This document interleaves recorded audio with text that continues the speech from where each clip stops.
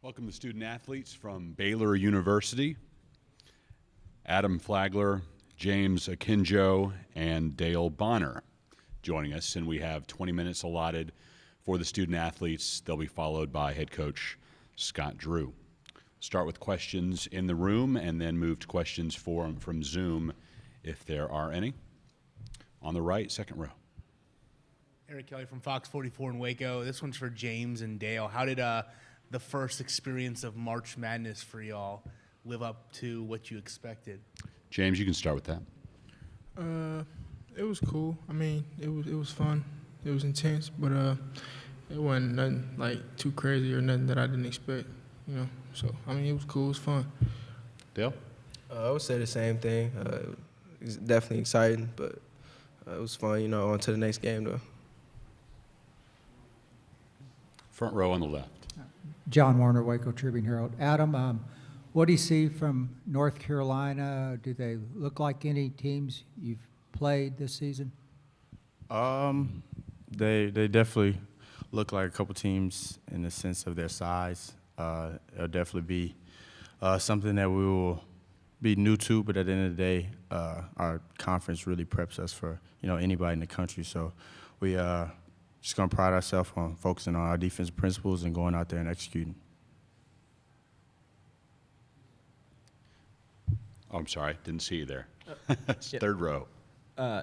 Dale, it seemed like in the Kendall Count Sigma 365, Dale, it seemed like against Norfolk State you had a really good defensive performance. As you've transitioned to playing at a higher level basketball this season, what have you done to kind of improve your ability to move laterally on the perimeter?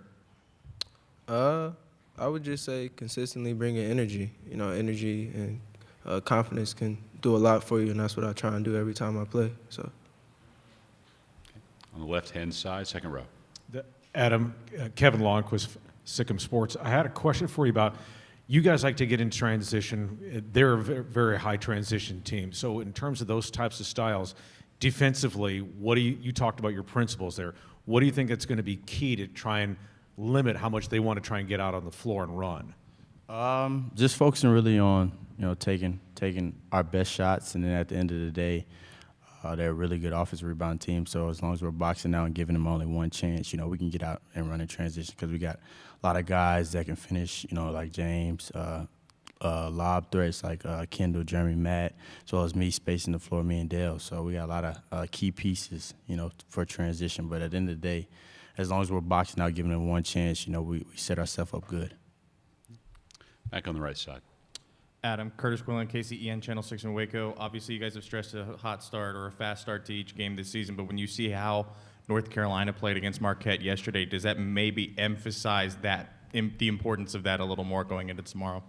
The main focus on any of these games, you know, is 1-0. You know, we could all go home at the end of the day, so we always want to start off on a fresh, fast start and go out there and apply pressure and just make our presence felt. So. Stay on the right side. Adam, for you offensively, with how consistent you've been in your ability during conference play especially to get into that double figures mark, how much has that been you kind of looking for your shot, and how much of it is just the way that the offense flows through you?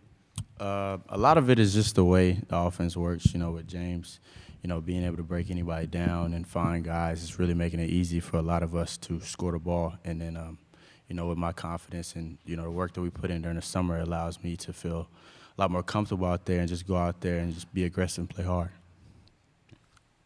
Left-hand side, front row. Go ahead. Yes, sir. Okay, yeah. James, y'all obviously got off to a great start yesterday. How key is that in NCAA tournament games like this? I think that's a big key in NCAA tournament games. I think you always want to come out and throw the first punch. I think that kind of set the tone for how the rest of the game go.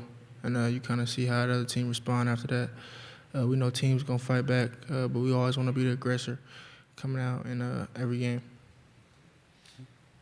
Right-hand side, almost all the way back.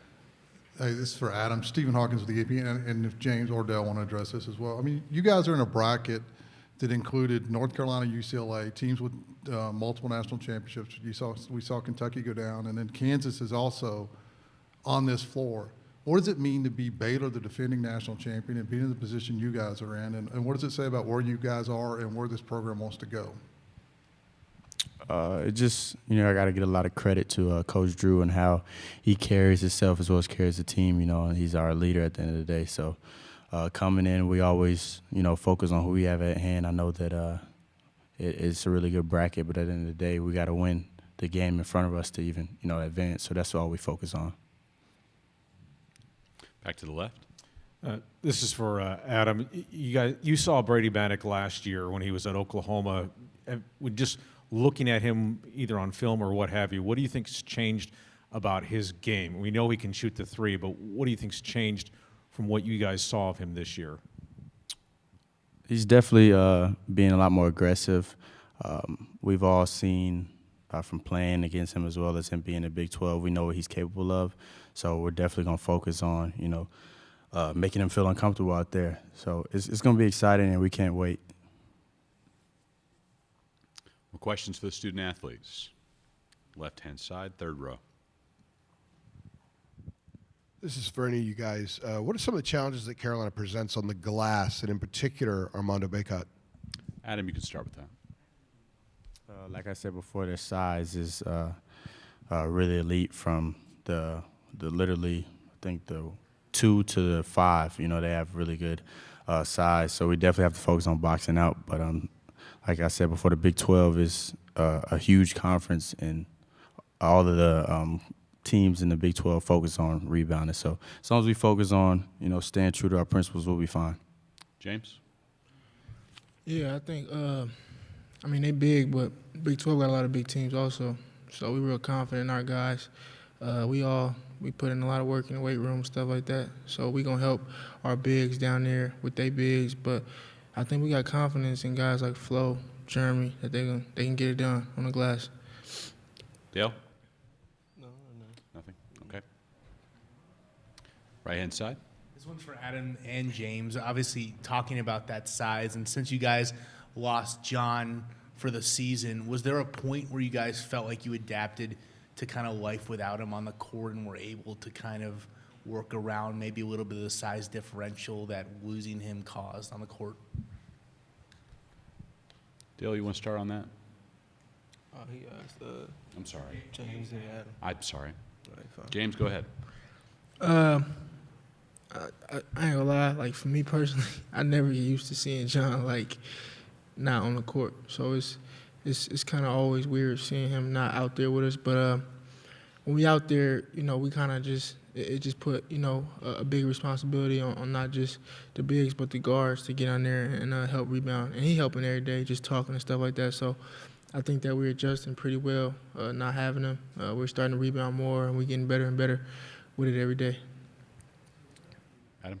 At the end of the day, you really can't, replace somebody like John in the sense of his energy, how aggressive he is, how physically, gifted he is. So as a team, we all just got to focus and hone in. The guards got to go in there and battle as much as we can and, help those bigs, Flo, Jeremy, Kendall, all those bigger guys out down there.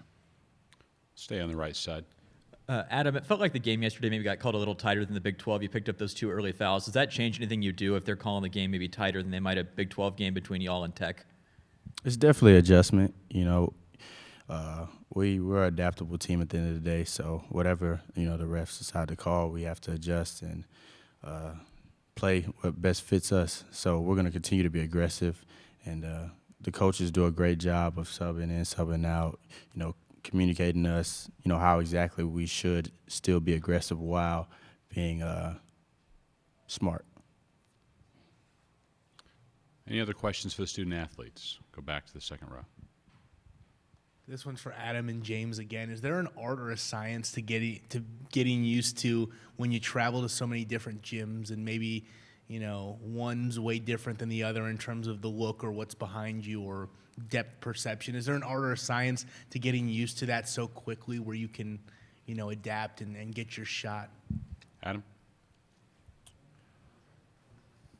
It really just boils down to, the work that we put in prior to the travel, the preparation. And at the end of the day, we do have a shoot around certain things so we can get a feel for the gym, maybe a different ball, the arena and everything. So once you get in the gym and once you get up a couple shots, you start to get more and more comfortable. So, James? Yeah, I think, if you can shoot no matter where you at, what kind of gym you in, what kind of rim it is, whatever. So I think we got a lot of confidence in whatever gym we in. And I think it just carries over to, obviously we get in here, shout out to our GAs and our coaches for, getting us, a lot of shots up and allowing us to get in a lot of work. But I think the confidence that we got just carry over gym to gym. Questions for the student athletes? Third row. And James, to build off of that, you all had a really good three-point shooting game yesterday after maybe not the best game for you all against Oklahoma. Do you feel like there's something going forward from the game yesterday that maybe will transfer to tomorrow with how the three-point shooting kind of came around? I think just our energy.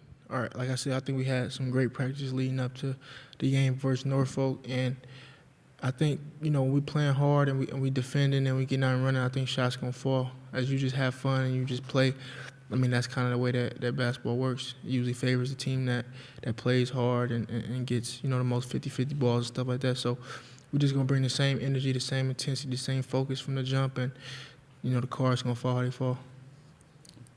Back on the left-hand side, second row. Dale, I wanted to ask you, I know you spoke to this a few moments ago about going from Division II to Division I, but for you personally, what kind of physical change or just adjustment did you have to make in order to play at this level and be as productive as you have been when you've been called upon? I would say it's definitely more physical. So getting in the weight room with our strength and conditioning coach, Charlie, just getting stronger each week and just getting used to the contact. I think I get better at that every game, so I'm just going to continue to grow.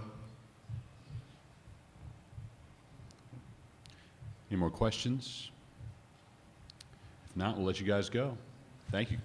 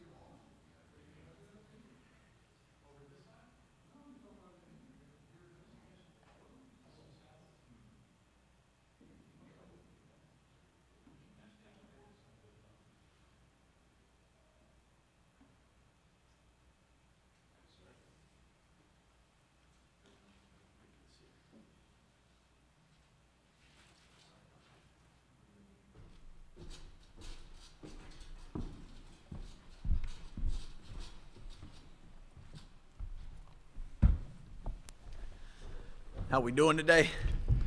Head coach Scott Drew of the Baylor Bears. Start with an opening statement and take questions in the room, followed by questions on Zoom. Coach Drew. Well, this time of year, it's just a blessing to be able to see you guys again. So that means we're still playing, and that's a great thing.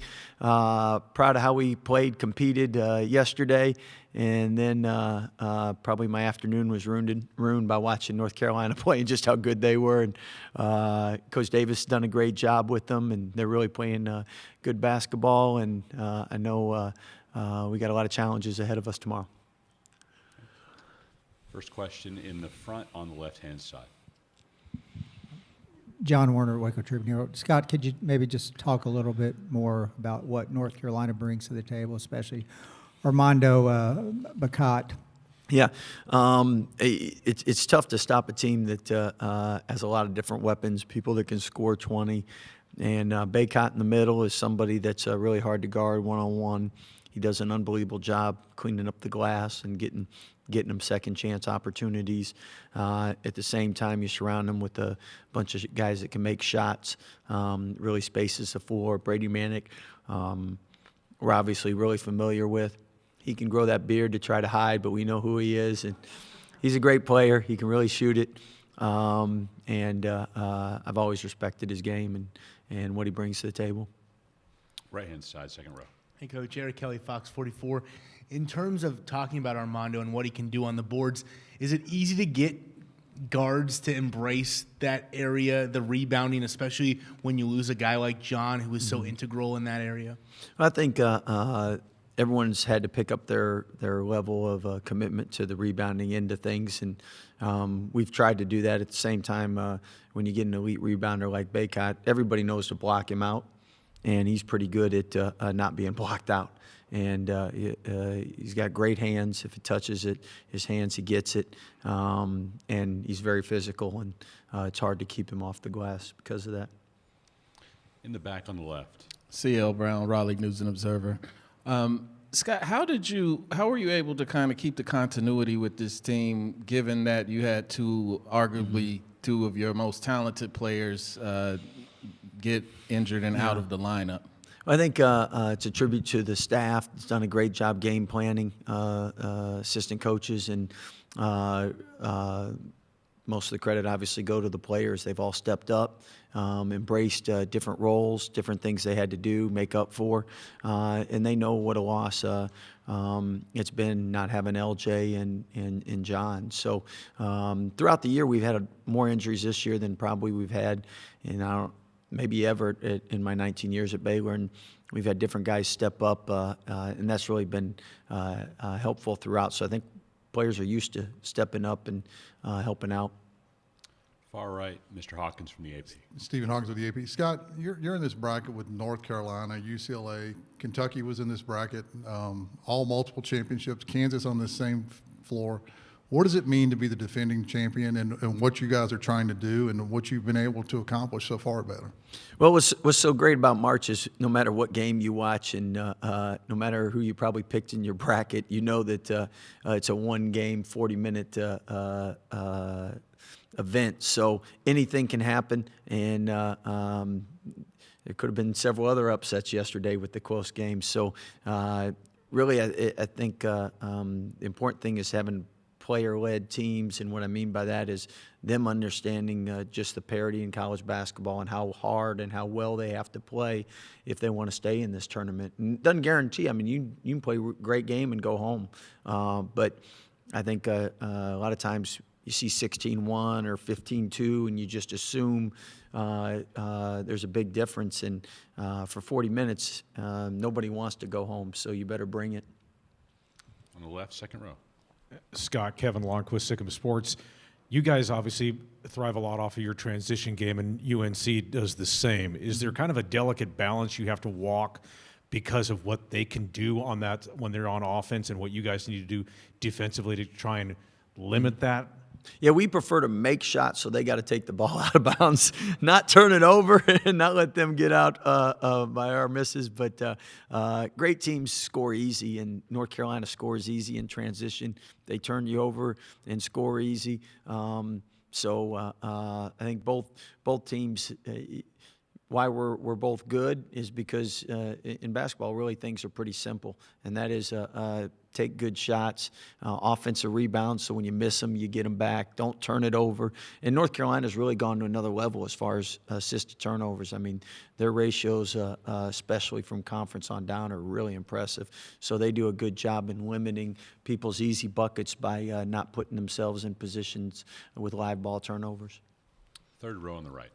Kendall Kaut, Sikkim 365. Scott, with the NCAA tournament, when you have the potential to play North Carolina or Marquette, do you have a few guys in the bracket comes out that get ready for either contingency, and then kind of how do you attack it once you know North Carolina's the opponent from there? Yeah, so usually each assistant coach will grab one team, and either one they're familiar with or scouted before, and then from there you go with who wins, and you're ready once the game's over. On the left, next to last row. Trayvon Miles, ABC 11 in Raleigh. Scott, you talked about how well Carolina played yesterday. Without giving away too much of your game plan, how do you decide on what you want to limit, whether it's inside and focusing inside, or just how hot they can get from behind the arc? Well, I think first and foremost, you got to do, especially when you only have 1 day prep, you got to do and stay with what got you here. So I don't know if teams are going to make too big adjustments and try things that they haven't done all year and don't feel comfortable with. At the same time, I mean, both teams don't want to give up layups, and both teams don't want to give up uncontested threes, and that's why you're hoping they grasp and learn as much as they can in the scouting report. So buckets become more isolation plays rather than having advantages based on execution. Back on the right. Coach, you think about Adam and how consistent he is in terms of reaching that double-figure plateau, especially in conference play. What's that area where he's been so good in that has allowed him to be so consistent there? Well, I mean, Adam's somebody that the bigger the game, it doesn't affect him usually the better he plays, and he's a two-way guy, and he can score at all three levels. So you feel comfortable as a coach when you have someone like that has experience and doesn't get rattled, and doesn't mean he's always going to make the game-winning shot, but or the game-winning play, but he usually doesn't beat himself, and he always shows up for the team. On the left. Scott, how do you counter such a great defensive player in Leaky Black? Well, I think if it was just one, I wouldn't be worried, but all of them are pretty athletic, move their feet, do a good job. And what's really impressive is both teams don't play, have a big rotation, and both teams do a good job staying out of foul trouble. So that means you're doing your work early and moving your feet. So at the end of the day for us, we're going to do what we do, and there's things they're going to try to take advantage of. We're going to try to take advantage of, and usually it comes down to players making plays, and we like to say control what you can control. As many tough shots as they have to make, contested shots they have to make, we can live with those results. We can't live with the uncontested or unforced errors on our self-inflicted wounds on our part. Back on the right near the center aisle. Coach, I wanted to ask you about the guard play of North Carolina. Of course, yesterday, Caleb Love with the 6 threes and R.J. Davis with the 12 assists. It seemed that when either one of them are on this season, North Carolina looks like a different team. So what have you noticed from that tandem in preparation for tomorrow? I mean, they're excellent players. And they played really well. I haven't seen a game where they haven't yet, so probably that's a bad thing. But again, very talented players playing the best basketball at the end of the year. What makes them tough is normally if a player can only do one thing, either drive it or shoot it, you can limit them. When they can do multiple things, both of them are very good at creating for themselves and others, and they can score beyond the arc, and they can score in the paint. So again, you just try to limit easy buckets for them, make them earn everything, and make it as difficult as possible. Return to the front row on the left. Scott, when Matt Meyer's shooting like that, especially from outside, what does that do for the rest of the team? That makes us look like better coaches. So obviously making shots helps everybody. So with us, it's really the quality of the shot. And if we get our players to take good shots, then we're doing our job, they're doing their job, and we can live with the results. Back on the right. Scott, we all know that Coach Tang's name is out there for several opportunities, and clearly deservedly so, and he's been there before. Can you talk about how he's I know he's focused on this team, but talk about how he's handling it, but also how he's ready for that opportunity when it comes, if it comes? Yeah, I mean, Coach Tang and I have been together 19 years, and he's had opportunities before, but obviously each year those opportunities grow, and deservedly so. He's done a remarkable job. I know a lot of people say the next Tommy Lloyd, and I know Tommy really well, and I knew he'd do a great job when he chose to leave, and Coach Tang's the exact same way. So I love him as a brother, and he's a terrific coach, and there's a big reason why we've been successful is we have a great staff, and he's a big part of it. So when he chooses to go, I know he'll do a great job, and hopefully we don't have to play him. About 5 more minutes left with Coach Drew. Let's go to the back. on the John right. Johnson with WXII. With such a quick turnaround between games, how much is it important about in-game adjustments when you actually get a chance to see Carolina on the floor, being able to make those things on the fly, maybe something you couldn't see on tape? Well, I think that's why both of us playing in leagues that you have so many great players and great coaches. You pretty much by conference tournament time and the NCAA tournament have seen everything. So at least you can bring a reference. Like this is similar to what Iowa State did, or this is similar to what maybe Duke does for them. So that's non-conference scheduling. Conference prepares you for this, and guys are used to making adjustments. And the great thing is they have a database, and they have experience in games of doing whatever you would change to. There's very few things this time of year you'll do that you've never done or seen. Let's return to the left. Scott, I know it's a different team, but what have you taken from last year's championship run and tried to instill in this team this year? Well, I think, experience, no matter what profession you're in, you write a great story, you have that to build on for the future, to write another one. And I think with coaches, there's things that work and things that don't work. Each team, it's different, but that experience, it's like a cheat code to help you hopefully navigate those waters. And more importantly than that, though, is I think the players having that experience, because players listen to players a lot more than they listen to coaches, believe it or not. So when a senior tells them, hey, this is what we got to do, or we got to lock in, and that to a freshman means a lot more than a coach saying it. Let's return to the middle and the third row. And Scott, I guess on the broadcast they mentioned that maybe Kendall, shouts to the good name as well, might have been having an issue with strep throat. Has he been doing better since then, or what can you update us on that? Yeah, Kendall's a tough kid, and he really did a great job in competing and playing, and obviously will have more energy hopefully Saturday than he did. But again, credit him. Doctor said he could play, and even though he was recovering and not 100%, he wanted to be out there for his guys, and coaches love that. Any more questions on the left? Scott, pardon my ignorance for this question, but I just wanted to be sure. Is LJ definitely out for this game, or is there any update of Yeah, him making progress? he's definitely out for this game. I wish I could tell you otherwise, but I can't. Anything else for Coach Drew? Okay. Coach, Appreciate thanks you very guys. much. Good luck. Have a good day.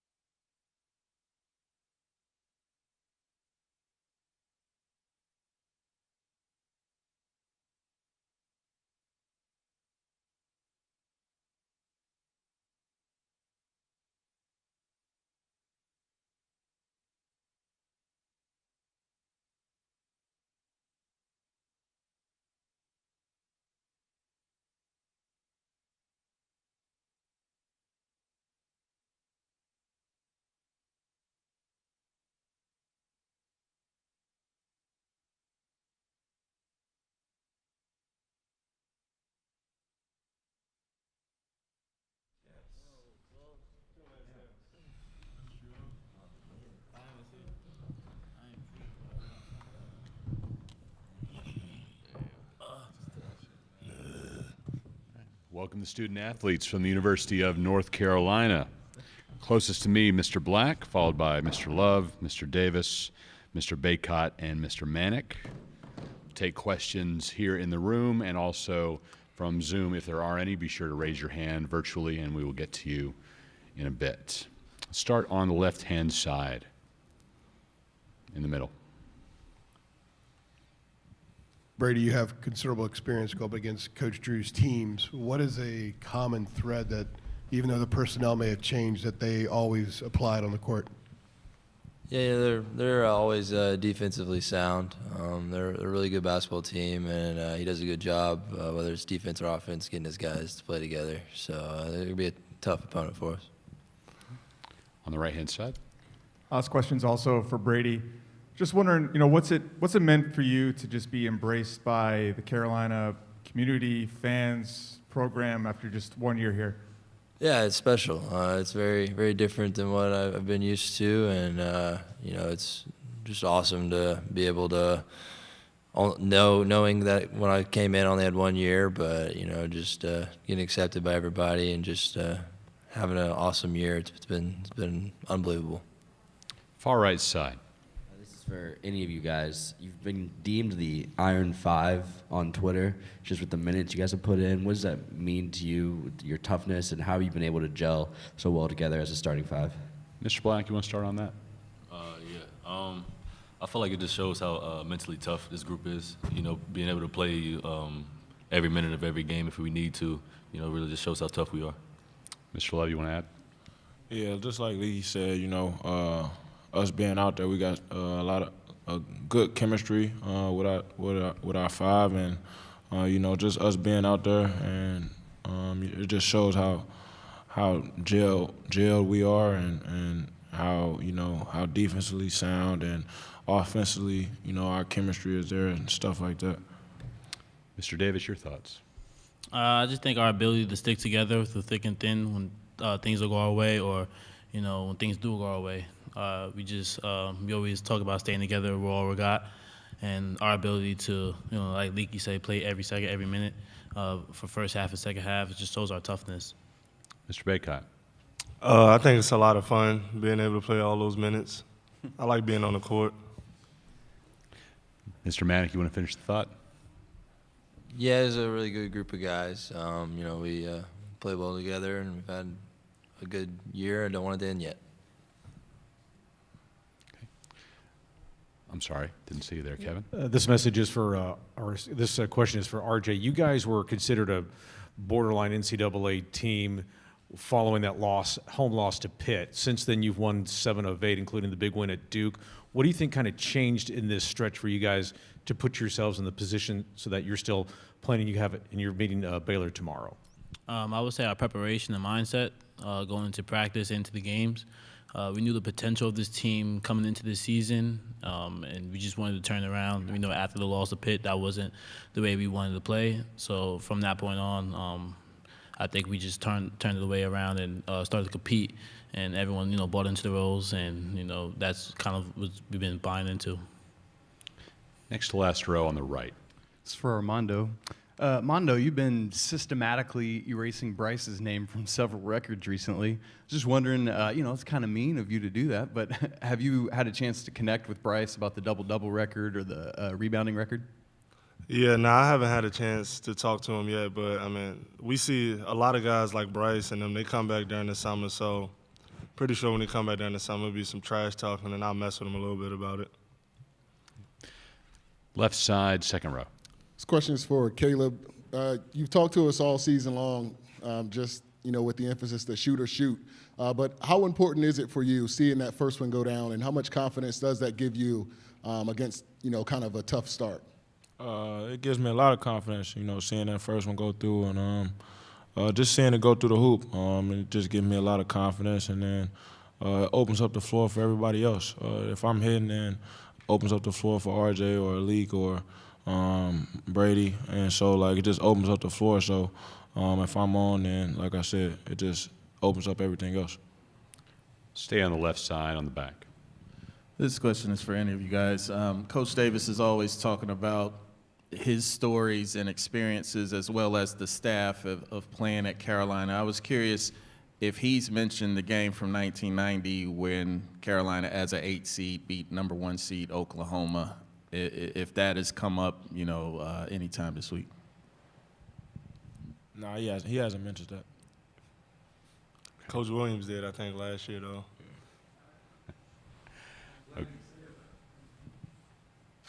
He was just telling us that it's been done before and it's something that can happen. On the right in the middle. Hey, Brady, I was just wondering, last season you went through some health issues with your lungs and getting COVID. What was that like kind of going through that? And then as you sit here now, how do you think about your decision to transfer here and how everything's gone? Yeah, I actually got hurt against Baylor. That one hurt a lot. Mark Vital, that wasn't fun. But that didn't really have anything to do with my decision to leave or whatever. But just my decision to come to North Carolina, it's been awesome and it's been amazing and it's been a great year. Staying on the right side, one row further back. Yeah, this one is for Caleb and Brady. So, of course, you all had a strong outside shooting performance yesterday, and Baylor in the game before did as well. So I wanted to ask, how much do you think the battle from downtown is going to impact the way that tomorrow's game plays out? Mr. Love, you can start on that. As far as on the defensive end, for us, I just feel like we just got to contain that drive. They're more of a driving team than a shooting team, but also contain the three as well. So we're going to do that. But on the offensive end, we're going to just take what the defense gives us, do whatever the coach tells us to do. As far as moving the ball, getting the ball inside to Mondo and Brady and them. So I feel like we're just going to stick to our game plan and everything else will work out. Mr. Manek? Yeah, I'd say our best offense comes from our defensive end. Us getting stops leads to transition points, guys getting open, and I think a big part of our game tomorrow will be how do we play defensively. On the left side? Brady, Coach Drew kind of jokes saying that the beard doesn't kind of hide the player that you are. He knows what kind of player you are. And one of their players said that you're a lot more aggressive when they watched you on film at Carolina. You're almost a year removed from last playing at Oklahoma. How are you different, and what kind of differences will they see tomorrow that some of those guys hadn't seen from you before? Yeah, I'd say just confidence level of playing, making shots, having these guys trust me and throw me the ball. It's been fun, and I've been able to put the ball on the floor more, a little bit more. I wouldn't say freedom, but just a little more confidence of being able to put the ball on the floor. Far right. With this is for a question for RJ and Leaky. With your guys' assist numbers that you had yesterday, how can you try to replicate that performance tomorrow against a equally, if not more, athletic team in Baylor? Mr. Black? I feel like just getting the ball down low to Mondo first, letting them sink in. They're going to have to double them, I feel like. And that'll free up Caleb and RJ and Brady to hit the outside shots. And I feel like just starting low and starting at the rim and then being able to kick it out, that'll give Caleb and RJ more time to, shoot the ball. So I would just say, playing off instincts, just letting the flow of the game work itself out, whether that's, getting the ball down low to Mondo, finding Brady, Caleb, open for three, or, leaking in transition. So, just going to continue to our game plan and continue doing what's worked for us. Staying on the right next to last row. Building off of Gregory's question, Leaky, I know given everything you're asked to do defensively and shouldering that offensive load, how do you work at balancing both sides of the court? I don't think it's hard. These guys are very gifted, offensively. So I feel like, it makes my job simple. I don't get the rest on offense, but so to speak, I feel like I do get the rest on offense and have to pick it up more so on the defensive end, and it just makes my job easier. Questions for the student athletes? Okay. One more on the left, and then another on the right after that. This is for any of you guys. Last week, after you guys lost to Virginia Tech, Coach Davis said that he thought you were physically tired. You've had some time off before yesterday's game, but you got to play a quick one again tomorrow. How much did the margin yesterday and some of you guys being able to come out a little bit early help the legs? And are legs a concern at all at this point? We don't need everybody to cover bat, but maybe a couple of you just like to step up. All right, go ahead, Mr. Bacot. I mean, I would say for most of us, especially with it being tournament time, like there's no time for us to be tired and make excuses for ourselves. I mean, we get a day of rest in between and then get a few days off and get to play again. So I don't think that'll be a problem. On the right side. I'm sorry, go ahead, Mr. Left. Yeah, just to build off what Mondo said, as far as it's tournament time, it's win or go home. So if Coach needs us out there for 40 minutes, then that's what we're going to do. We don't care how long we're out there. Okay. On the right side. You know, Coach Davis, his first season here, first win in the NCAA tournament for him as well as some of you guys. You know, what do you think it meant to get that for him, and do you feel like he's proven that he can be the Carolina coach, you know, for however many years now here on out? It meant a lot. I think Coach Davis, you know, wants the best for us, and he wants us to experience the things that he experienced. You know, for us, you know, last year for the returning players, you know, the first round, first game wasn't the way we expected it. So, you know, coming into this tournament this year, we want a different outcome, and we're going to continue to, you know, improve and progress in the ways that we know we can. And so far, you know, I'm enjoying the experience.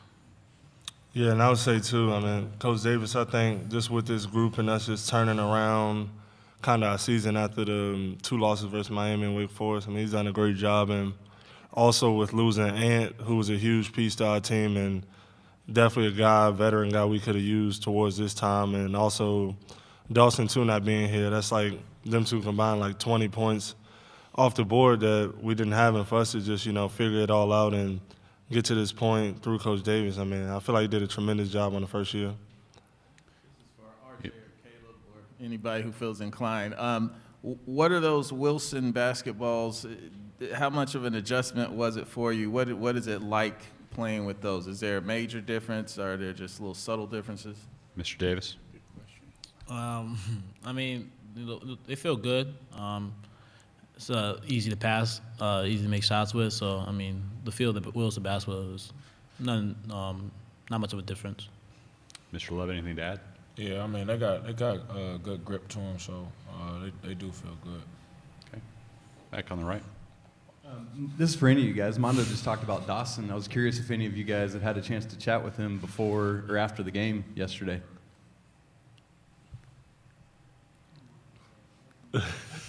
All right, enough said. Cool.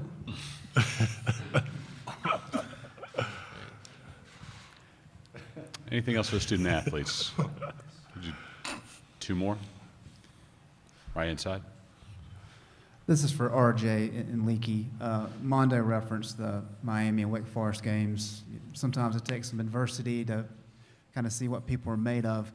Just wondering about Coach Davis, with this being his first year. After those games, was there anything that he did that maybe surprised you, and maybe how he changed his approach with you guys, you know, over the past 2 months?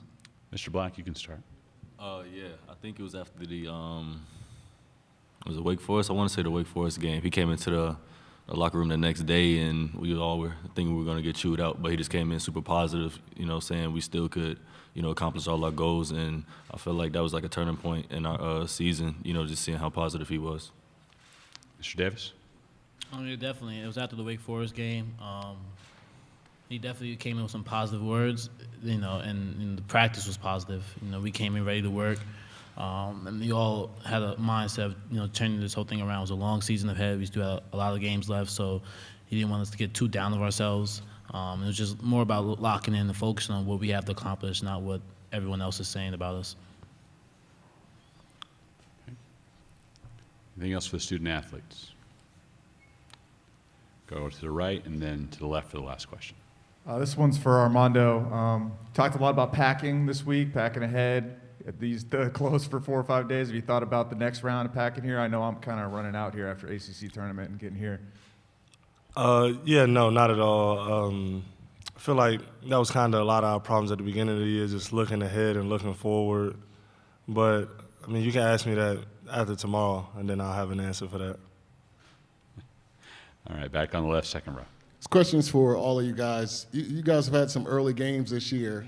Wondering what you think about the 11 o'clock start here Central, and when's the last time you played this early? Probably AAU. We'll I start love on the playing end this with early.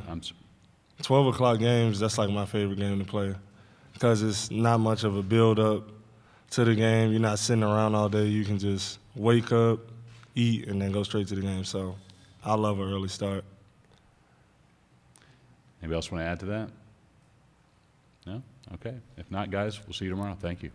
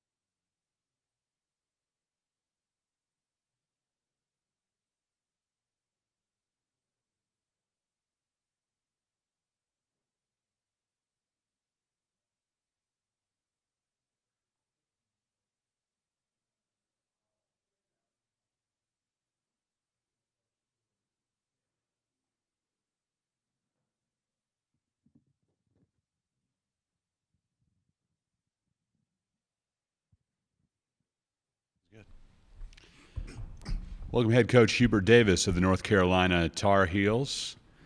No opening statement today. We'll just go straight to questions. Back right. Hey, Hubert, you've had a limited rotation all season long. It's kind of something that you've adjusted to early on. Baylor has had more of a limited rotation down the stretch due to injuries. Do you think that's maybe a facet of tomorrow's game you might be able to take advantage of, them kind of adjusting to that? Well, I mean, you know, Baylor is such a good basketball team. You know, they're outstanding defensively for two reasons. One, team defense wise, their togetherness on the defensive end is really good, and then they also have good individual defenders. Offensively, they've got a number of guys, dynamic scorers that can create shots for themselves and for their teammates in a one-on-one situation. And so, yeah, our rotation has been limited pretty much for the majority of the season. But I really felt like Dontrez and Puff came in yesterday, and they gave us some valuable minutes off the bench. And so whether you play 1 minute or 30 minutes, you can do something out there on the floor that can be a huge benefit for our team. And I feel like guys off the bench, whether they do get 1 or 30 minutes, they've always come in and been able to make an impact. And my hope is that they will make an impact tomorrow against Baylor. On the left, second row. Hey, Hubert, have you gotten a chance to kind of wrap your mind around the things that happened last night? This is obviously a historic program, and a lot of program records were broken. So have you gotten a chance to kind of think about what you guys were able to accomplish on that front? Not really. I haven't had much time to think about anything over the last 11 and a half months. And but I was very happy and very proud of the guys. You know, Armando, he's been here 3 years, and that was his first NCAA tournament win. RJ and Caleb and Kerwin are sophomores, and last year we lost to Wisconsin in the first round. So just to see their smiles, to see their reactions of putting North Carolina to the next round, that was something that was a great joy to me. And so that's the only thing from last night's game that I thought about was just I was just really happy for the guys, and just to see their smiles and how much they enjoyed the moment was something that put a smile on my face. Right-hand side, in the middle. Hey, Hubert. I remember before the season we'd ask you about, you know, what your plans were for the job, and you kind of be like, look, I played, I've coached, I was in the media, I think it's going to be okay.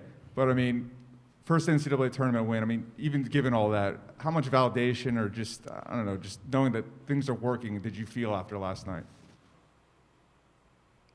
I don't feel that way at all. As I said before, I look at this job as missionary work. You know, I've been given an opportunity to be the head coach of this program and be a part of this program for the last 10 years, and having a chance to play here. And every day I get a front row seat to be able to help out these kids, and it puts me in a place of humbleness and thankfulness and appreciation to be a part of their lives. And I don't feel any personal validation at all. This is 100% absolutely nothing about me. Excuse me. This is 100% giving back to each one of those players everything that Coach Smith and Coach Guthridge gave to me while I was at North Carolina, and everything that Coach Williams gave to all the players the last 18 years that he was head coach. It has nothing personal about me. Front one to the left, Kevin. Hubert, both teams like to value the transition game so much as part of their offense. And so I asked Scott about this, but from your perspective, what's going to be key for you guys to maybe try and limit what Baylor can do when it gets into transition, since that's part of what both teams' DNA? Well, I mean, there's a number of factors that can keep a team out of transition. Number one is we got to take care of the basketball. You know, Baylor does a great job of creating turnovers, and earlier in the year, that was an area where we really struggled. And, excuse me, and teams were being able to score consistently in transition because we weren't taking care of the basketball. I think another factor is taking good shots. I think when you take bad shots, to me, bad shots are the same as turnovers. And so it's important for us to get quality shots. And then the last thing is it's important for us to make shots.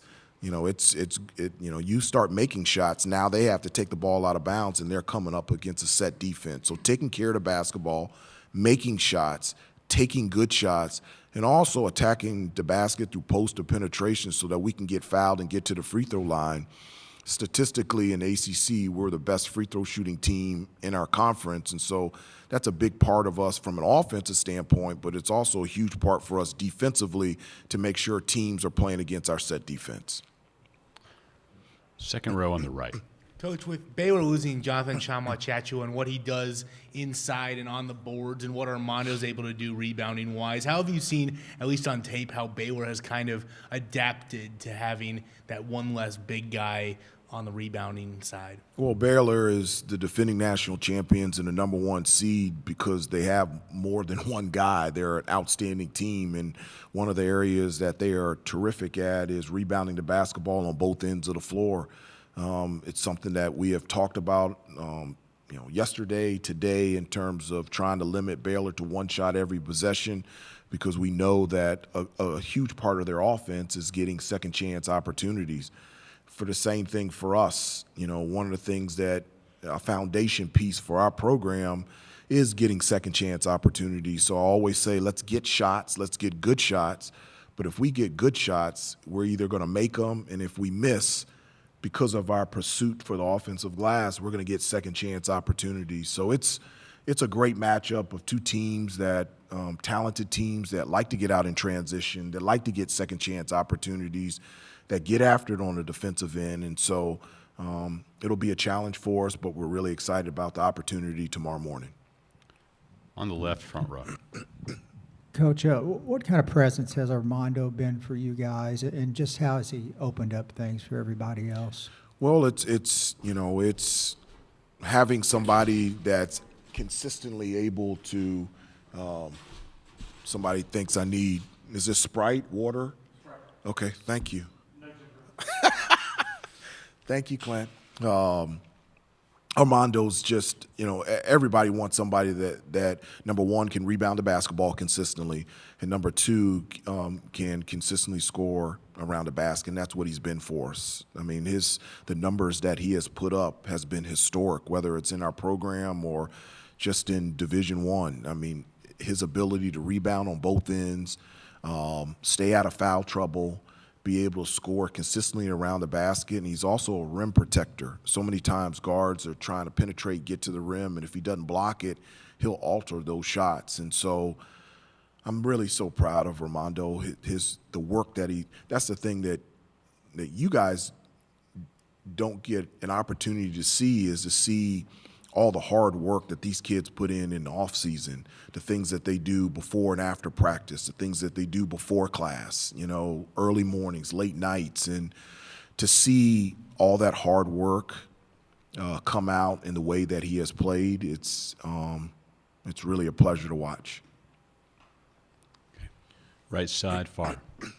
Coach, this was a regional field with the three teams that have won more national championships than anybody, and then you have Kansas playing on the same floor with multiple titles, but Baylor is a defending champion. I just didn't know what you know about Scott Drew and what he's done at Baylor, and I mean, he's been there for a long time, but kind of developed it in the Big 12 and on this stage. What do you think of Scott, and what do you know about him? Well, I got a chance to know Scott really when I was with ESPN, and spent so many times doing Big 12 games, and when I was on game day, we had one at Waco, and so was able to spend time with him there. Not only is he obviously an outstanding coach, just the way that he relates to people and to his players. They love playing for him. Obviously he knows the game, but I think the foundation of what makes him such a great coach is his relationships with his players, and they play hard for him. And the success that he's had at Baylor is something that is not a surprise to me. He's somebody that any kid would want to play for, and I'm excited that we have an opportunity to play against him tomorrow. On the left, on the aisle. Hubert, Leakey has talked about the level of confidence the team has now, even after the ACC tournament loss. In what tangible ways have you seen the confidence level rise, make you guys better in certain areas? Success. I mean, I think we've won 13 out of the last 16 games, something like that, the last 7 out of the last 8. And all the things that we had talked about and the things that we had worked on all year, for that to come out being successful in games, whether it's late game situations, execution throughout the game, it's really put ourselves in a position to be very confident about what we're doing out there on the floor. I've said this a couple times, that I said, this is the healthiest that this team has been all season, the most together that this team has been all season. And I really think that togetherness and the health of this team is built on the confidence that we're building throughout the year. This year was a year of newness. This is the first year that I was, head coach, and, had Brady and so many new faces. It takes time to build those types of relationships. And throughout the year, I just have felt us becoming closer together. And I think that is a huge reason why us as a team feel really confident about who we are and what we need to do out there on the floor. Far right side. Hubert, your team is 18-0 and it has at least 15 assists. So coming off the performance you guys had yesterday with 29, how can you try to replicate it and keep those assist numbers high with such an athletic Baylor team tomorrow? Yeah, that's I really liked how we were sharing the basketball. One of the things that I always say is, we want, from an offensive standpoint, we want spacing and balance. and we want a combination of player and ball movement, and that's what we had yesterday. And when we're sharing the basketball and we're allowing everybody to play a part on the offensive end, I think we're very difficult to play. We've got a number of guys that can shoot the basketball. We've got guys that can penetrate and get to the lane and finish. And it stretches teams out. And, you know, another stat that I even tell the team is that I think we're 14-0 when Caleb has 5 or more assists. So that's something that I remind him before every game, is that I love when you shoot the ball extremely well, but when you're making plays not just for yourself but for others, that takes us to a different level. And then RJ, I think you set a tie or a record for assists in the NCAA tournament. Not only 12 assists, but 1 turnover. It's just fantastic. Left-hand side.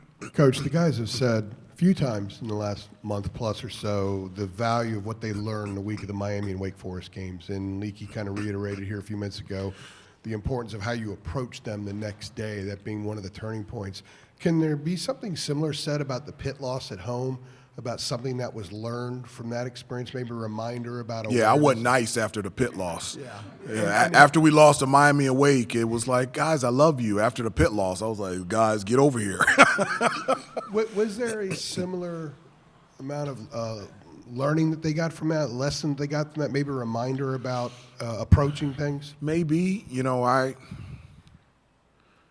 after we lost to Pitt, we watched tape the next day, and I put together 20 clips, and I showed them that 20 times from a defensive standpoint that we did something that wasn't drilled, wasn't coached, wasn't taught, and wasn't practiced. And I just told them, it confused me that we would try to do something in a game that we had not taught, hadn't talked about, hadn't practiced, and hadn't drilled.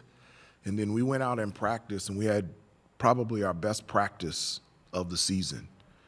And after practice, I said, why would you guys play this hard against each other and not play against an opponent? And they, for whatever reason, that seemed to resonate in them. And when we went up to Virginia Tech, we were more together than any time during the season. And we were up there to compete. And I really felt like that Pitt loss reminded us of the way that we felt on that bus ride coming back from Wake Forest, and that we didn't want to have that feeling again. All the way in the back on the right. Hubert, Baylor plays that aggressive no-middle defense. How challenging is that to get ready for in a day and a half? And is there any team you've played that you feel like has a similar defensive style? Yeah, Marquette. They're very physical. Virginia Tech, very physical. Virginia, very physical. At Duke, very physical. And so, you know, we've played athletic, talented, physical teams throughout the entire season, and obviously Baylor is an unbelievable and awesome team, and it will be a challenge for us tomorrow, but it's something that we're really excited about. It's something that we feel prepared for, and we're up for the challenge to be able to compete and see what we can do against Baylor tomorrow. Staying on the right side, third row. Hubert, Brady has a big game yesterday, obviously. What do you make from his story as a whole and the lessons that can be drawn from it? Well, he had like 45, 50 family members here yesterday, and I was just really happy for him. His brother, Kellen, this was the first time that he got to see Brady play in person yesterday because he was going through his season. And so it's hard for me to talk about, to think about, and to put into perspective what Brady has meant to this team, to this program, and to me. For a kid that has never lived outside of the state of Oklahoma, for him in 5 days to commit to play for me, my first year as head coach, and to come to North Carolina, and for this relationship to fit as perfectly as it has on and off the court, I just don't think it happens like that all the time. It just doesn't. And I've said this 50,000 times. The only bad part about coaching Brady is that I only get to coach him this 1 year. I wish he would have a double COVID year or something that I could coach him again, because he's been fantastic. I love that dude to death. Don't wish another COVID year upon us, Coach. Well, not a COVID year. You know what I'm saying. Just no COVID year. All right, let's stay on the right. Okay.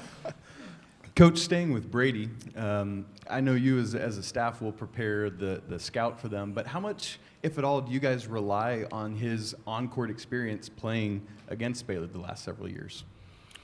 Well, Baylor's, as great as they are, they're a different team than they were last year. We don't really lean on that type of experience from him and giving us insight into Baylor. I know that he's played them a number of times, and I know that he enjoyed his experience of playing in the Big 12, and to say that we're playing Baylor in the NCAA tournament is pretty cool. And so I'm really excited and happy for him. I know that he's had some battles with Baylor, and it'll be excited to see him play against a familiar opponent. Time for two more on the left in the front row. Coach, sticking with Brady one more. Coach Drew mentioned that he said, he can grow his beard out and try to hide, but we know who he is. Is there any magic in the beard? Have you encouraged it, or what's going on there? I don't really care as long as he makes shots and continues to be the person that he is. It is long. He needs to get it cut. But I've seen pictures of him when when he is shaved and he looks 11. And so I think he grows the beard to seem like he's a little bit older, but his beard is long. But I do not mind, because the way that he plays and just the type of kid and the person he is, he's a joy to be around. Okay, last one on the right. That'd be interesting, because when I played at Carolina, I wonder what Coach Smith would do. You weren't allowed to have facial hair. So when I was in college, like, if you wanted to have a beard, you needed to go to Coach Smith and give him a note from a doctor that said you had a skin condition in order that you couldn't shave. So I wonder if Coach Smith would allow Brady to play. I would think he would. He would change that rule just a smidge for Brady to be out there. Yeah, Coach. I wanted to actually ask you about Akinjo of Baylor. Of course, he's not as much of a outside shooter, but he's good at getting the rest of the offense involved over there. So, what have you noticed from his game in preparation for tomorrow, and what kind of challenges do you think that he presents in that backcourt matchup? Well, it presents a number of problems. His athleticism, his ability to understand how to make plays not just for himself but for others. His quickness, his ability defensively to create plays and create havoc on the defensive end that allow them to be able to get out in transition. He's a fantastic player, but there's a number of fantastic players there. It's not about individuals for Baylor. They are great because they have a collection of great players. They're a terrific team. And so, and they're used to winning. They have a culture of winning. They're addicted to success, and that's why they're the defending national champions, and that's why they're a #1 seed. And so, as I said before, it'll be a challenge for us tomorrow, but we feel like that we have put ourselves in a position to step up to that challenge and to be able to compete and enjoy being in that stage and competing as well. Coach, we've exhausted our time with you. Thank you very much. Okay. We'll see you again tomorrow. No more COVID year, okay? I apologize.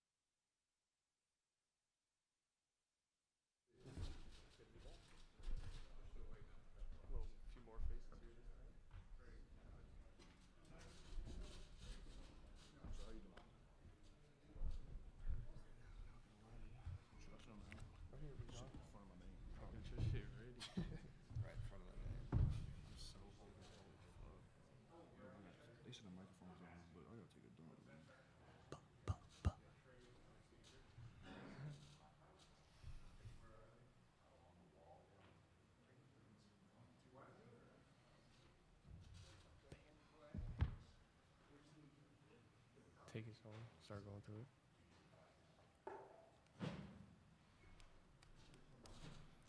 They don't have one for Trey? Man brought his phone. Do y'all have his name tag for Trey? He's probably.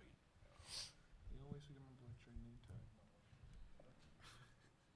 Slide that shit in there, boy. They must have Steven on all of them at first. I would change them. That's some shit. John would do that. John would be like, make sure you put Steven on all this stuff. Mine would be like Alexander. Is that your real name? Alexander? Yep. Cool. That's dope.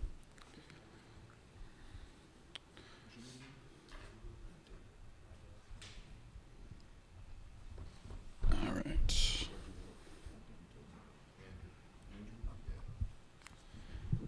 Welcome the student athletes from the Creighton Blue Jays, Mr. Fiesel, Mr. O'Connell, Mr. Hawkins, and Mr. Alexander.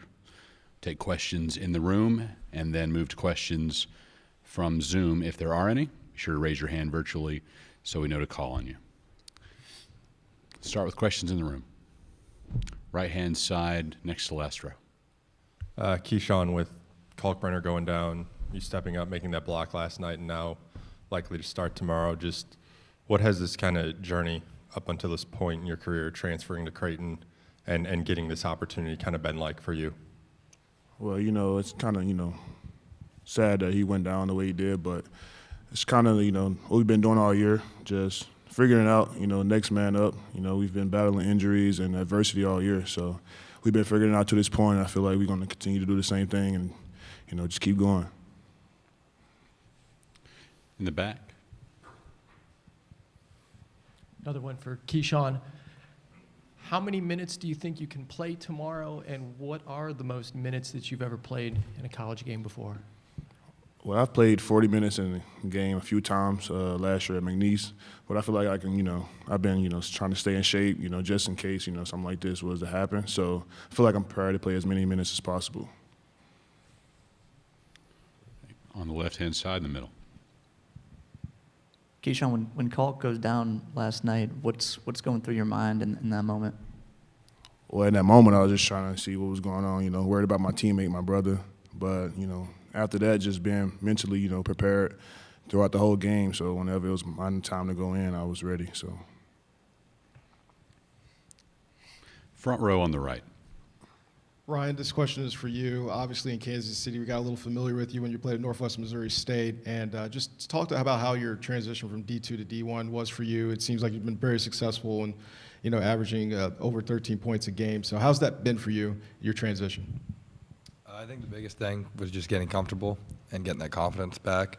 You know, I was fortunate to play a very high level of D2 basketball. But everything's bigger, faster, and stronger at this level, and it took me a little bit to settle down and get used to that. But the biggest thing is I'm surrounded by great teammates and great coaching staff that just continue to put me in great situations, and that's really the secret to it all. There's not really making an adjustment to anything. It's just being surrounded by a lot of good people. Staying in the front row. For Trey and for Alex, what are the intangibles for this team that maybe don't show up on the stat sheet that describe how the success this team has had? Trey, you can start.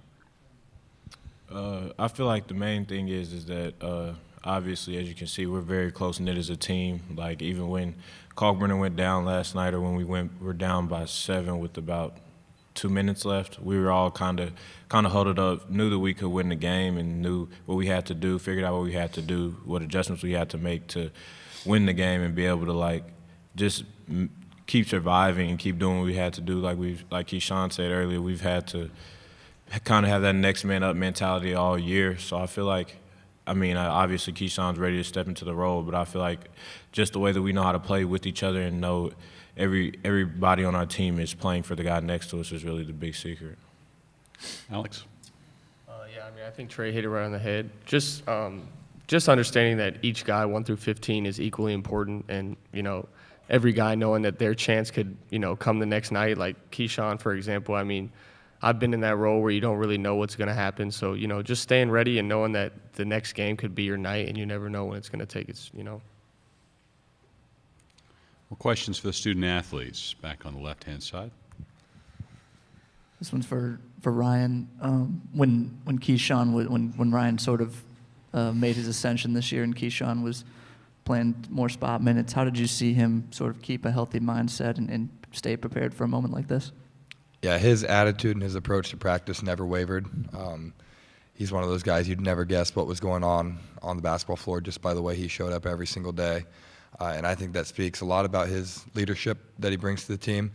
He's really good at leading by example, bringing that same energy every day and showing the freshmen what it means to work every single day, especially when you don't know what your reward's going to be. And that's just been really cool to see Keyshawn really embrace that role. Second row on the right. Alex and Trey, just from what you've seen of Kansas so far, what stands out about what you're going to have to do against them? Alex? I mean, yeah, we're watching film. We have a short turnaround for the game, so I mean, just watching film and trying to make and just handle their pressure and just be ready for everything that they're bringing. They're a tough, talented team. They got a lot of depth. They're long and athletic, so for us just to continue and play with the resilience that we have is going to be pretty key for this next game. I feel like it's a big personnel game for us. I feel like we have to know what guys have what strengths and what guys have what weaknesses. I feel like for us being kind of short-handed right now, we have to be able to play at our pace but also be smart with the way that we play. Can't really have guys in foul trouble like we did last night or have anybody on the bench that we need in a critical time like we did last night. So I feel like it's more of a personnel game for us and more of a game of where we have to kind of pick and choose what we can do throughout the game. Right hand side. I got to ask you about the bathroom. Oh, shit.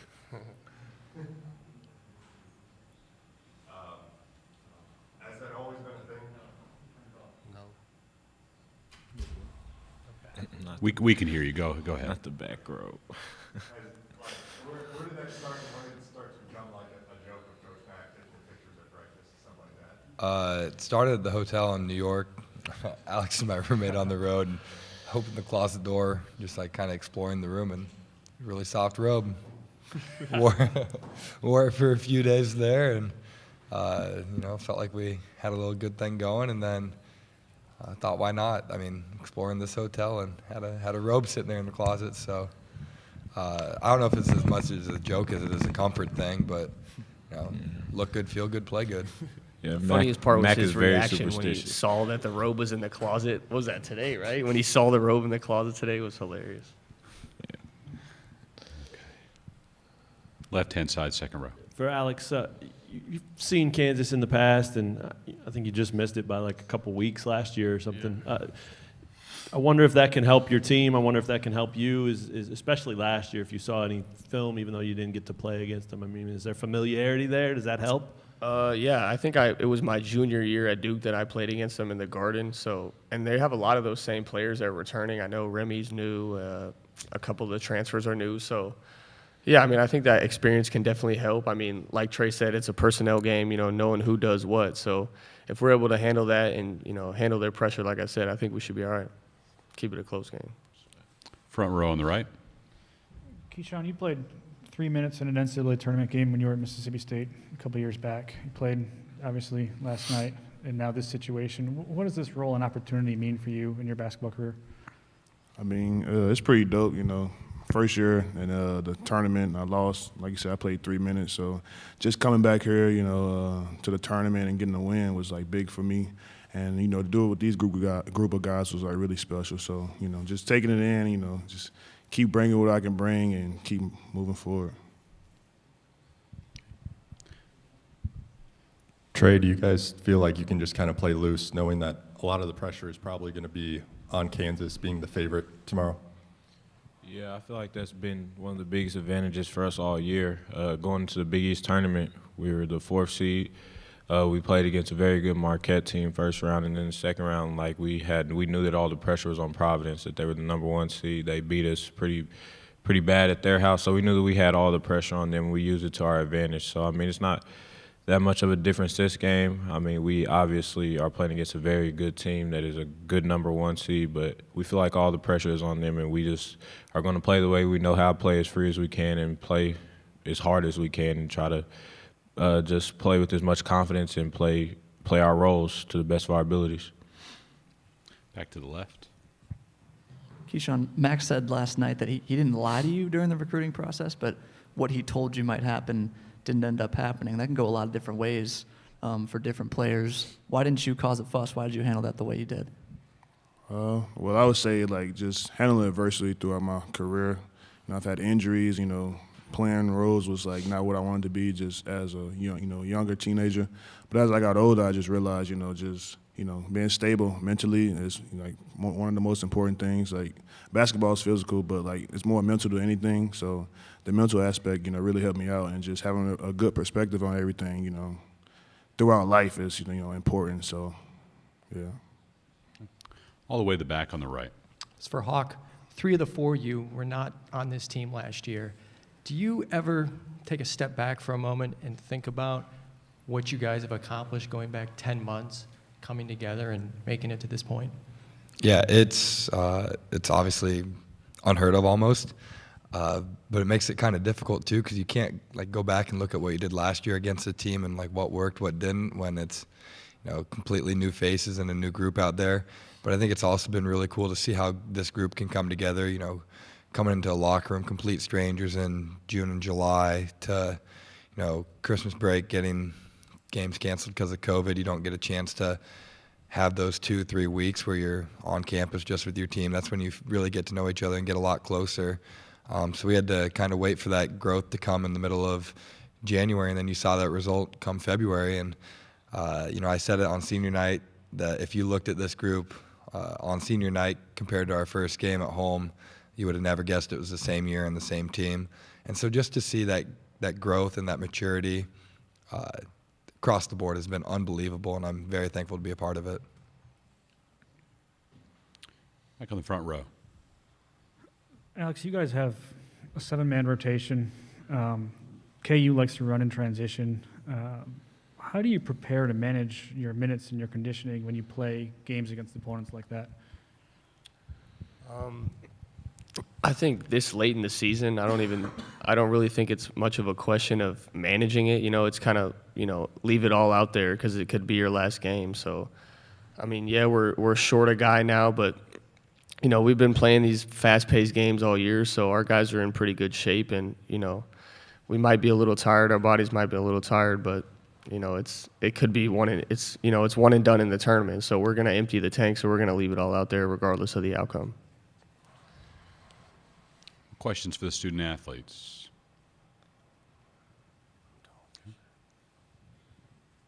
For Hawk and Keyshawn, Kansas has some pretty impressive offensive rebounding numbers. When you guys watch them, what makes them so good on the offensive glass? Ryan, you can start. Their commitment, honestly, their tenacity of going to the boards. You watch film and they got 2-3 guys every possession flying in. It's not like they're just taking 1-2 steps. Oh, I might be able to get that. They're going in there with the intention of getting that ball. And so that's where you just have to be disciplined, and you got to have all 5 guys take care of your man. And if your man's not crashing, you go find somebody to get a body on. And I think that'll be a big key for us, is keeping them off of that glass, especially with how much they like to get out and run in transition. We like to do that same thing too. So if they've got 2-3 guys committed to the glass, we might be able to get numbers there.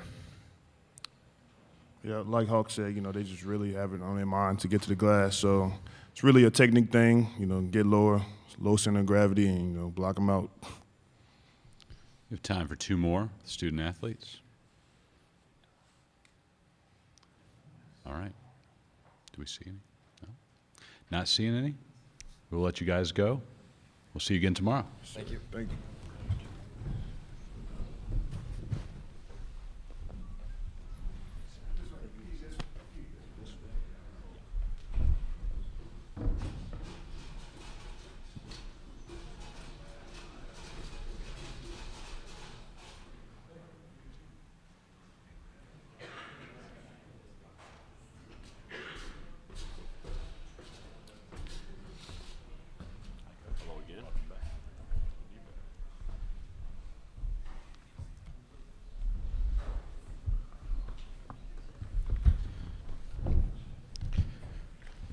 Welcome Coach Greg McDermott from the Creighton Blue Jays. After an opening statement, we'll take questions in the room, and we will take questions on Zoom if there are any. Please be sure to raise your hand virtually so we know to call on you. Coach McDermott. Well, obviously, we've got a heck of a challenge ahead of us. Not only playing a team as good as Kansas and as well coached as they are by Coach Self, doing it without the anchor of our defense obviously provides a lot of challenges. So, but obviously we're excited to be in this position, excited to play the game.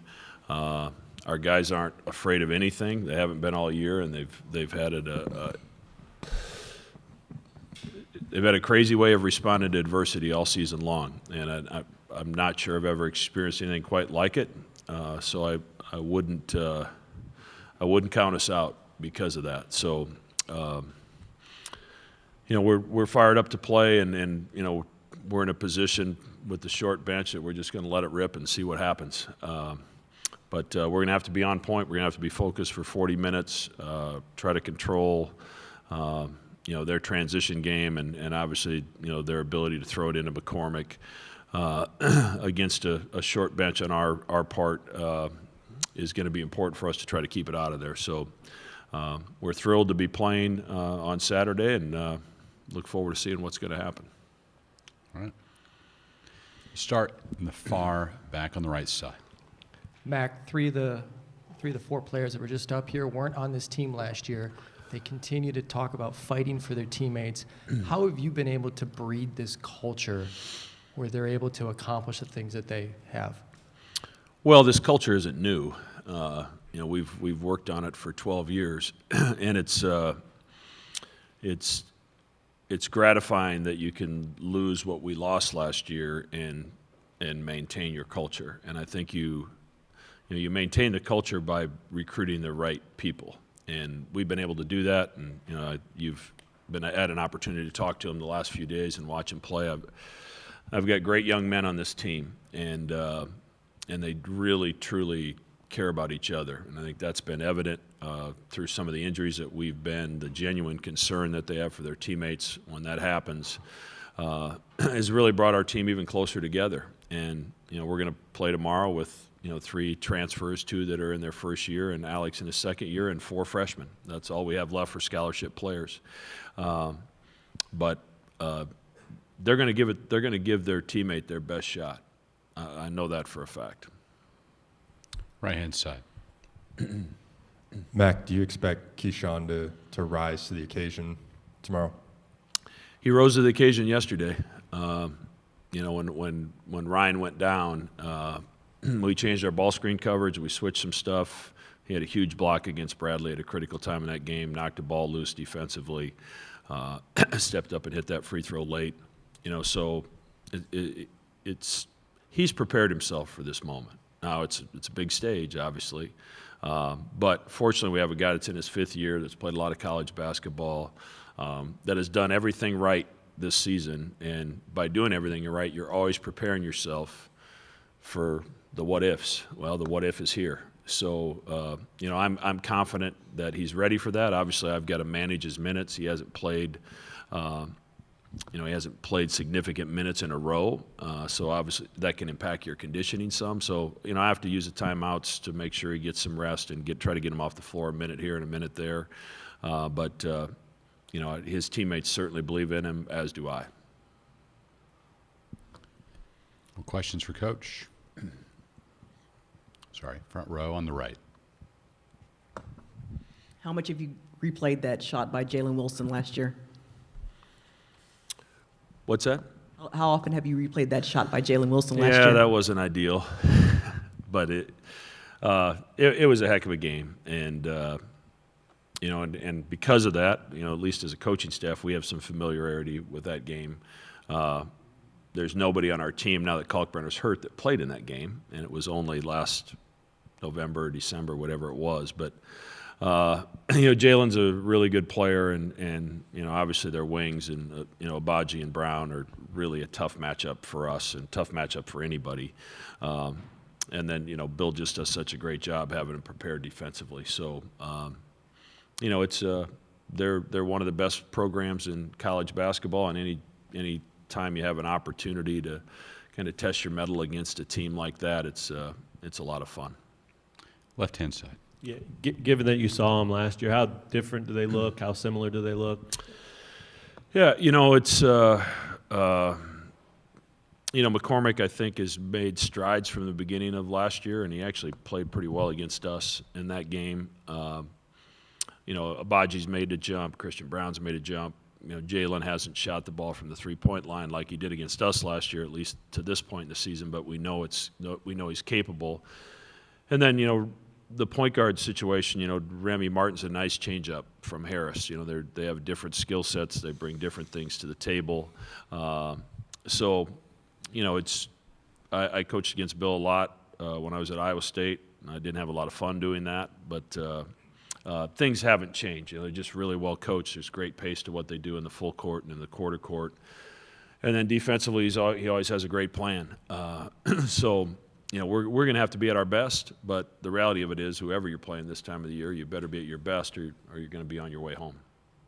Stay on the left. Hey, Coach, you talked about the challenges tomorrow. Are there one or two things that you guys absolutely have to do? And I know it's a short turnaround, not a lot of bodies. Are there one or two things that stand out about this team that concern you going into the game in terms of Kansas? Yeah, I think we have to try to slow that transition game the best we can, and rebounding is going to be an important part of this. And then let's face it, we have not shot the three-point shot well in the championship game in New York City and yesterday. We're going to have to make some of those, because at times we're going to have to play a smaller lineup, and there's an opportunity there to spread them out. And if you're going to spread them out, you got to make some threes. So, we're going to have to knock some of those down tomorrow. Okay. Back on the right. Mac, I wanted to ask your thoughts on the bathrobe that Ryan Hawkins has shown up in. And maybe is that just an example of how loose the guys have been? I think he's pretty comfortable in his own skin, is what I would say. He showed up in New York. I just turned over my shoulder, and there he stood in the hotel bathrobe at the line of the breakfast buffet, and I'm like, you have got to be kidding me. So I was able to click a photo of it, and I guess it's carried over to Fort Worth. So, but it's just this has been such a fun group, and our fans that have followed us from the start. There's just been so many positive changes that have taken place since November, and there's some stuff that's happened this year where there's been a lot of laughs, and there's been some things that have happened where there's been a lot of tears because of some of the injuries to some of these guys, and every emotion you can imagine in between. And when that happens, you really become close to a group of people, and this group is really, really close. Like I said when I talked to you a couple days ago, I'm not ready for it to end because it's been such a pleasure to be part of this ride with this group. Far back, right side. Related to those tears, do you have any update on Ryan? I know it was 18 hours since you were last in here. Yeah, it excuse me, I'm losing my voice. The injury was not as significant as we first thought. I think we all thought it was ACL, and it is not. So there's some damage there, but it's not going to require surgery and 2 to 3 month recovery time. I wish it was 2 to 3 hours, but it's 2 to 3 months. If there's a silver lining, the news we got this morning, I think, was uplifting to Ryan and his teammates that he'll be back in the court sometime this summer. We'll go to the Zoom for Dave Stewart. Coach, you were pretty emotional after the game last night. Talking about Ryan, what's his contribution to his team meant beyond awards and just the stats page? So that's a hard one to even know where to begin to start. We not often do you build your defense around one guy, and we've totally changed what we've done defensively in the past because of his skill set and his ability to anchor our defense at the basket and anchor it with intelligence. He's only had 4 fouls in one game all season. He's one of the best shot blockers in the country, but he's able to do it and understand when he needs to leave the ground, when he doesn't. He's been a great rebounder, and then offensively, he's made unbelievable strides. A guy that we can throw it to when we need a basket or to draw attention. He had a great kick out to Trey on the little floater that tied the game right before overtime. They came with a double team. He kicked it out. Trey was able to get downhill and hit the shot to tie it. But his growth from a confidence standpoint in himself, his belief in himself, and just his personality, just to see the real Ryan kind of come through, has been a lot of fun, not just for me to see, but you heard his teammates last night. Not often do you have 3 guys say he's one of the best teammates I've ever played with. And that is true. They weren't saying that because he was hurt and they felt sorry for him. They were saying it because it was absolutely the truth. Ryan has zero agenda for himself. Zero. He doesn't spend one day thinking about what's in it for me. His time is spent on what can I do to impact the team in a positive way. And, 23 wins is what he's done. Getting us to the Big East Championship and anchoring the top defense in the Big East. That's what he's done, and it's been pretty cool to watch. And obviously, we wish we had him tomorrow. But like I said, I'm ecstatic that the news was not as bad as we thought it was going to be. Front row on the right. Greg, you mentioned that the damage wasn't to the ACL. What was damaged then in his knee? I'm not 100% sure. I just know it's not ACL, and I'm not an expert, so I'm not going to try to speak on it. I just know sometime this summer he'll be back and he doesn't need surgery. And then you mentioned the culture and the chemistry when it comes to Keyshawn. You said yesterday that it could have been hard for him to handle that role this year given Ryan's emergence. What is it about his character and his personality that let him do that and not be a distraction? Yeah, it's unbelievable. And he's come to work every day. He's had a positive attitude, and his, Hawk's been a little more vocal in his first year than Keyshawn has, but Hawk also is in a role that everybody'd like to be in. He's playing every minute because we really don't have anybody else. And Keyshawn's the same age and has gone on a similar path where he's played 4 years of college basketball. And he's been able to show his younger teammates how to handle when things aren't exactly the way you wish they were, but how to make the best of that and also how to prepare yourself for the day when something changes and you're going to be ready. And obviously his mentorship, I would think, has had a huge impact on Trey Alexander's ability to emerge in the role that we've asked him to play after Nemhart's injury. So Keyshawn has his fingerprints all over these younger guys in terms of helping with their development and because what's said in the locker room, that's how teams grow. And you're either trying to be uplifting to your teammates or you're trying to pull somebody down with you.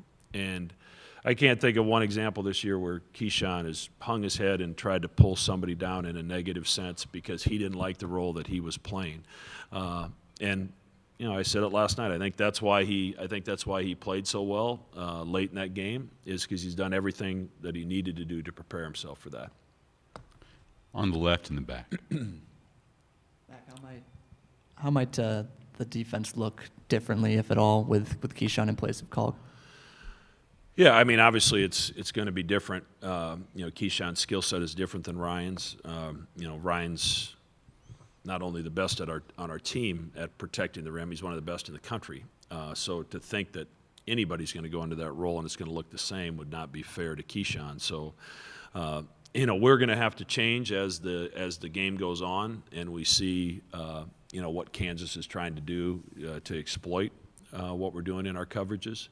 But Keyshawn also is athletic enough that we can switch up some coverages and maybe apply a little bit more pressure at times. So, I think you'll see us changing from timeout to timeout because of his skill set.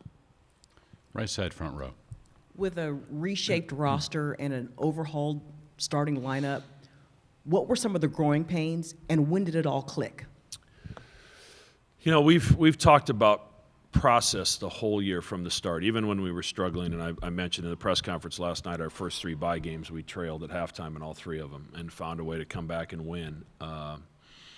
And after all those games, and the loss to Iowa State, the loss to Colorado State, tough loss to Arizona State at home, we talked about process and the importance of us getting back to work and taking what we could from a loss and learning from it, but also being mature enough to understand when you win, you've got to be able to pull those same mistakes out of a victory and learn from them just like you would in a loss. And this team wasn't great at that in November and December and even January. We didn't handle success very well. And I think when we won at UConn in early February with Kalkbrenner out of the game the last 15 minutes, I think something clicked. And we've been playing really good basketball ever since. So this team is, they've embraced the process. And I know that's maybe coach speak, but they've done it. And as a result, we've grown by leaps and bounds. And these guys are growing up right in front of our eyes.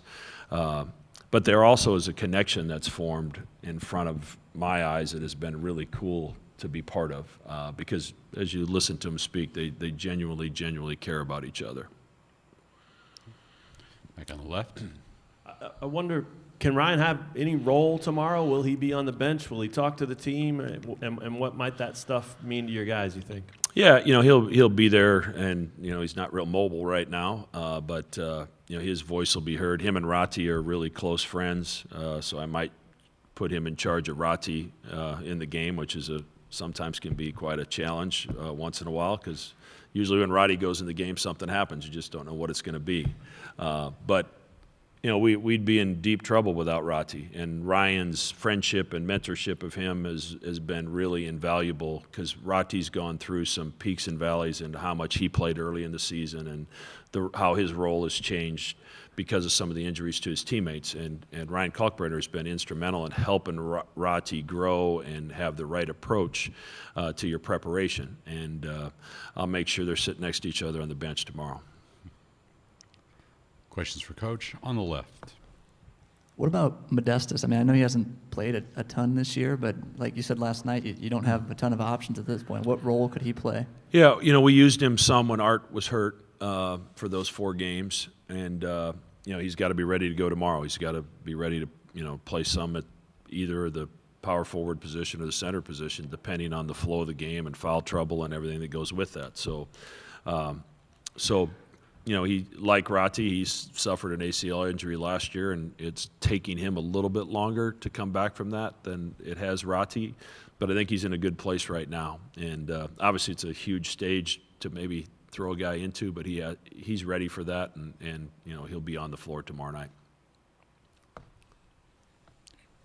Anything else for Coach? Thank you. Thanks, Coach.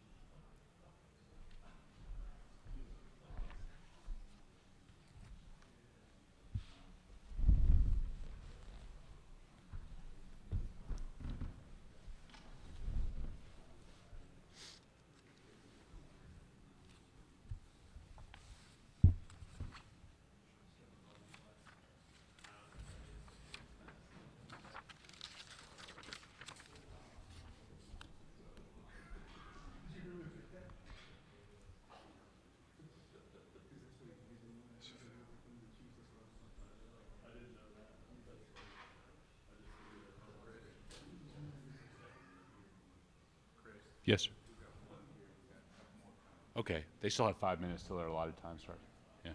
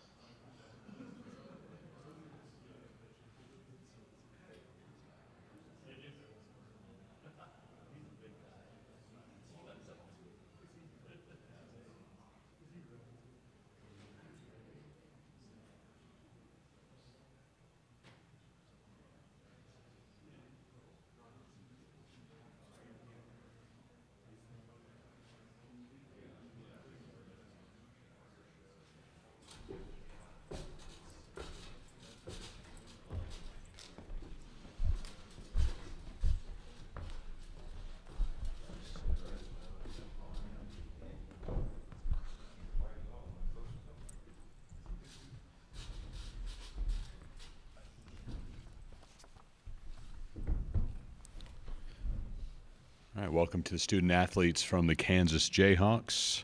Closest to me, Mr. Yesufu, then Mr. Wilson, and Mr. Coleman Lands. Start with questions in the room and then move to questions on Zoom. Start on the left, second row. Jalen Wilson, Shea Wildebohr, Rivals, or JayhawksLand.com. Yesterday, I saw you guys on the bench having fun and jumping up and down. How important this time of year is it to have fun, to kind of be in the moment, maybe not look too far ahead to where you guys eventually want to be? Oh, it means everything. I think in this tournament, you always have to take it one game at a time and enjoy every single game that you have, because it really is, win or go home. So, we're always happy and supporting our teammates, especially when we're clicking like that last night, and just showing emotion and showing how happy we are for everybody. Next question for the student athletes. Go in the front row on the right side. Joe, how do you guys keep it loose, keep having fun, and not succumb to the pressure?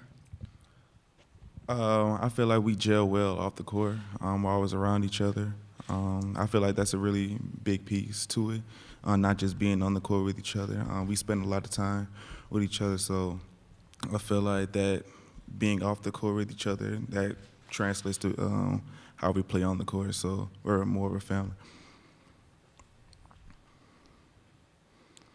Stay in the front row on the right.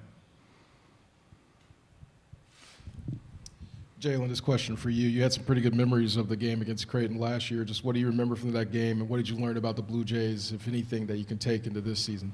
One, they're a really good team. It's well coached. And, last year it went down to the very last shot. They ended up missing a free throw for us to win by 1.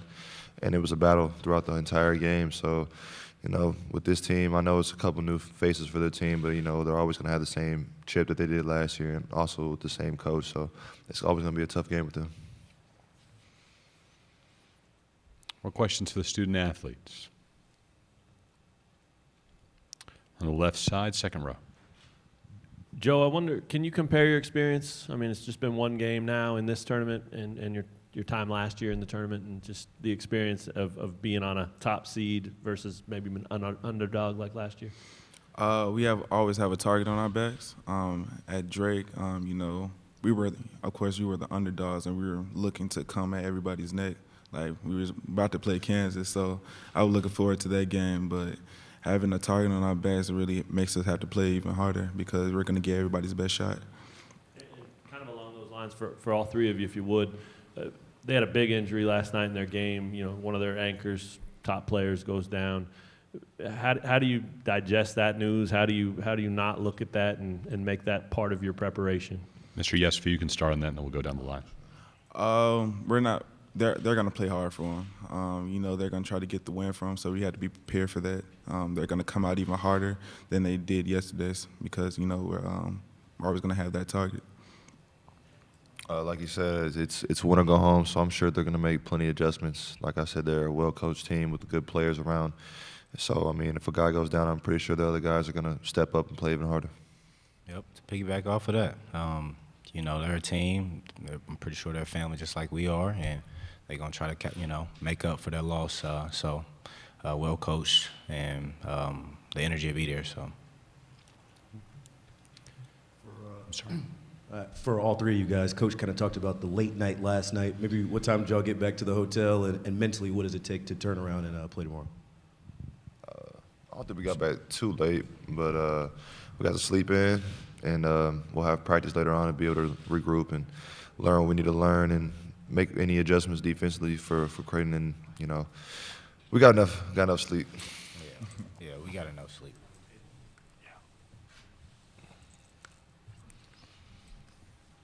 Front row, right side. Joe, what's possible with 2 point guards on the floor at the same time? We play faster. All our guards are really quick. And having 2 point guards on the floor makes it easier for us to create on the floor. And I feel like we gel more. We get guys open a lot. It's easier for us to get in the paint. I feel like it's great for us. Okay, left side. J. Cole, for you, you didn't watch it. You were here. I didn't see it, but I heard that on the broadcast last night, they kind of shed some light on your off-the-court stuff and the things you do in communities and just the difference you try to make for people. I wonder what that means for you to have that come to light on this stage and national audience and all that. Yeah, it's crazy. And even with you asking me, you know, I think it means something about, like, even to my team too, because they've been a part of this with me. So to be able to, you know, talk about it and then bring it to fruition, and then now seeing it on TV, and not only just locally but even on a mainstream, it's humbling. You know, it's humbling, and it knows that it's just kind of reassuring to me that there's value there, and that, you know, that I'm on the right path, because it's something I'm passionate about as well. So it's gratifying and it's humbling. So I mean, that's the best way to concisely summarize that. Second row on the left. I'm wondering, for all three of you guys, did you guys grow up watching this event? I mean, do you TV watch? Do you fill out brackets, or are you just focused on here? Or do you allow yourselves to have fun and kind of remember back to when you guys were kids watching this? Mr. Coleman-Land, you want to start?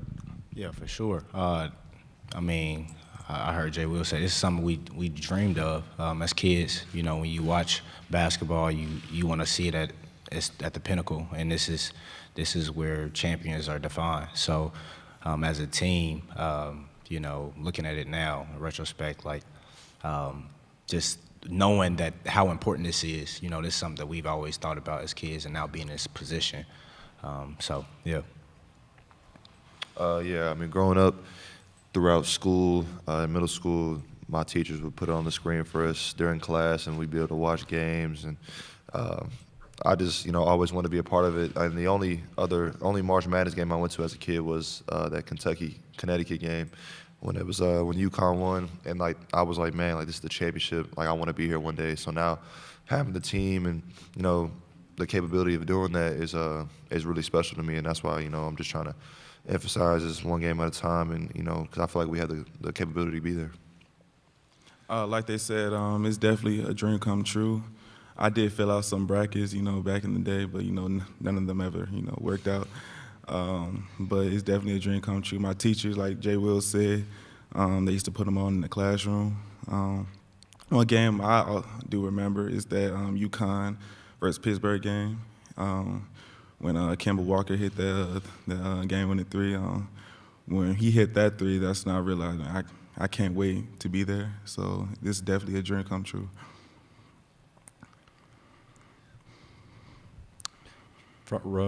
Second row on the right side. Jalen, what were the circumstances? Like, why were you at that national championship game that year? Oh, my mom just surprised me.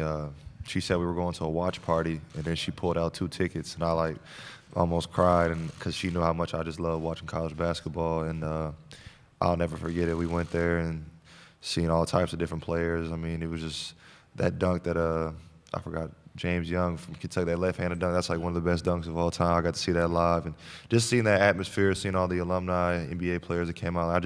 I want to be a part of that, and it was just something I'll never forget.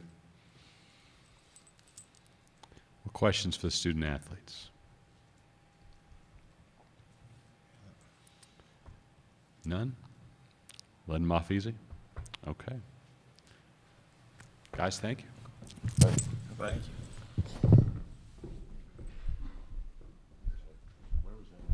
It was in Dallas.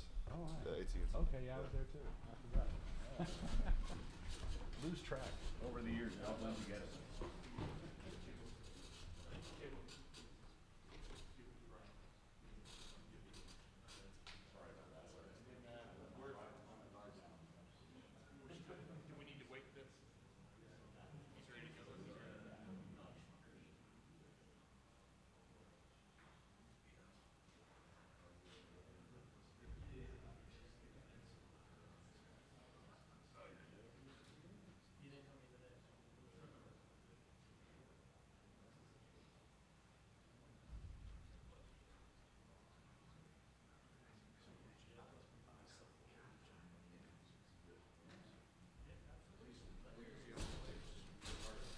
What's that? So they were easier on the players. I figured about 10 minutes short of our time.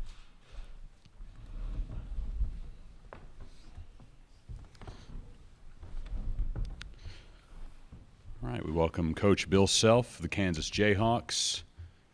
We'll start with an opening statement, then take questions from the room and questions on Zoom if there are any. Coach, go ahead. We're very excited, a little fatigued today, and last night was a late night or an early morning, so to speak, but can't wait to get on the practice floor here in a little bit and start preparing. Okay. Questions in the room. We'll start second row on the left. Hey, Coach, in an event that's so pressure-packed, how important is it for these guys to have fun, enjoy the ride, and is there anything you can do to kind of keep it light? Well, we talk about that all the time, about, this is the reward of months of hard work, and you don't want to look back and say, what if? So, you got to have fun. It's got to be a great memory, and the best way to make a great memory is to be focused and maybe give 5 or 10% more, and try to be as loose and as poised as you can be. And I've actually thought this team has handled that type of pressure for the most part pretty well. Regardless of how loose you hope to be, there's still going to be moments where you play tight. That's natural. But I think for the most part, this team has done a pretty good job with that. Front row on the right. Bill, Ryan Hawkins is a guy that was at Northwest Missouri State, a D2 player to D1. You got a D2 guy from Missouri Southern State on your team. Could you go into a little more detail about what the transition is for a D2 player into that D1 level and how you feel Ryan's been able to do so well at it this season? Well, we were watching tape earlier, and we were watching Ryan highlights, part of his edit tape, and I said, Kim, did he used to do this to you like he's doing to these guys? And he said, he never did me. My coach wouldn't let me guard him. And I said, yeah, because you couldn't, basically. But I think that there's a misconception out there that if you don't play at a Division I level, you may not be quite as talented as some kids that do. And that's certainly not the case. And if you saw Northwest Missouri play, they could beat many teams. They almost beat Duke, a couple years ago in an exhibition game. So he's talented. He can shoot. He's got a quick release. He's unbelievably skilled. He's a bull and tough. And I think he can make any team in America better. And he happens to be in a great system right now to do that. Stay in the front row. What's the trademark of McDermott's coaching style and his teams?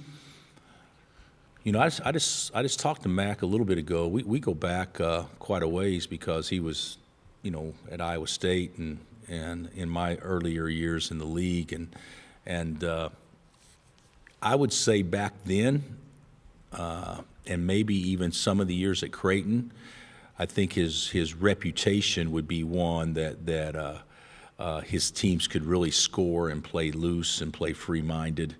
It's kind of been the MO for Iowa State, period, from Mac to Fred to Steve.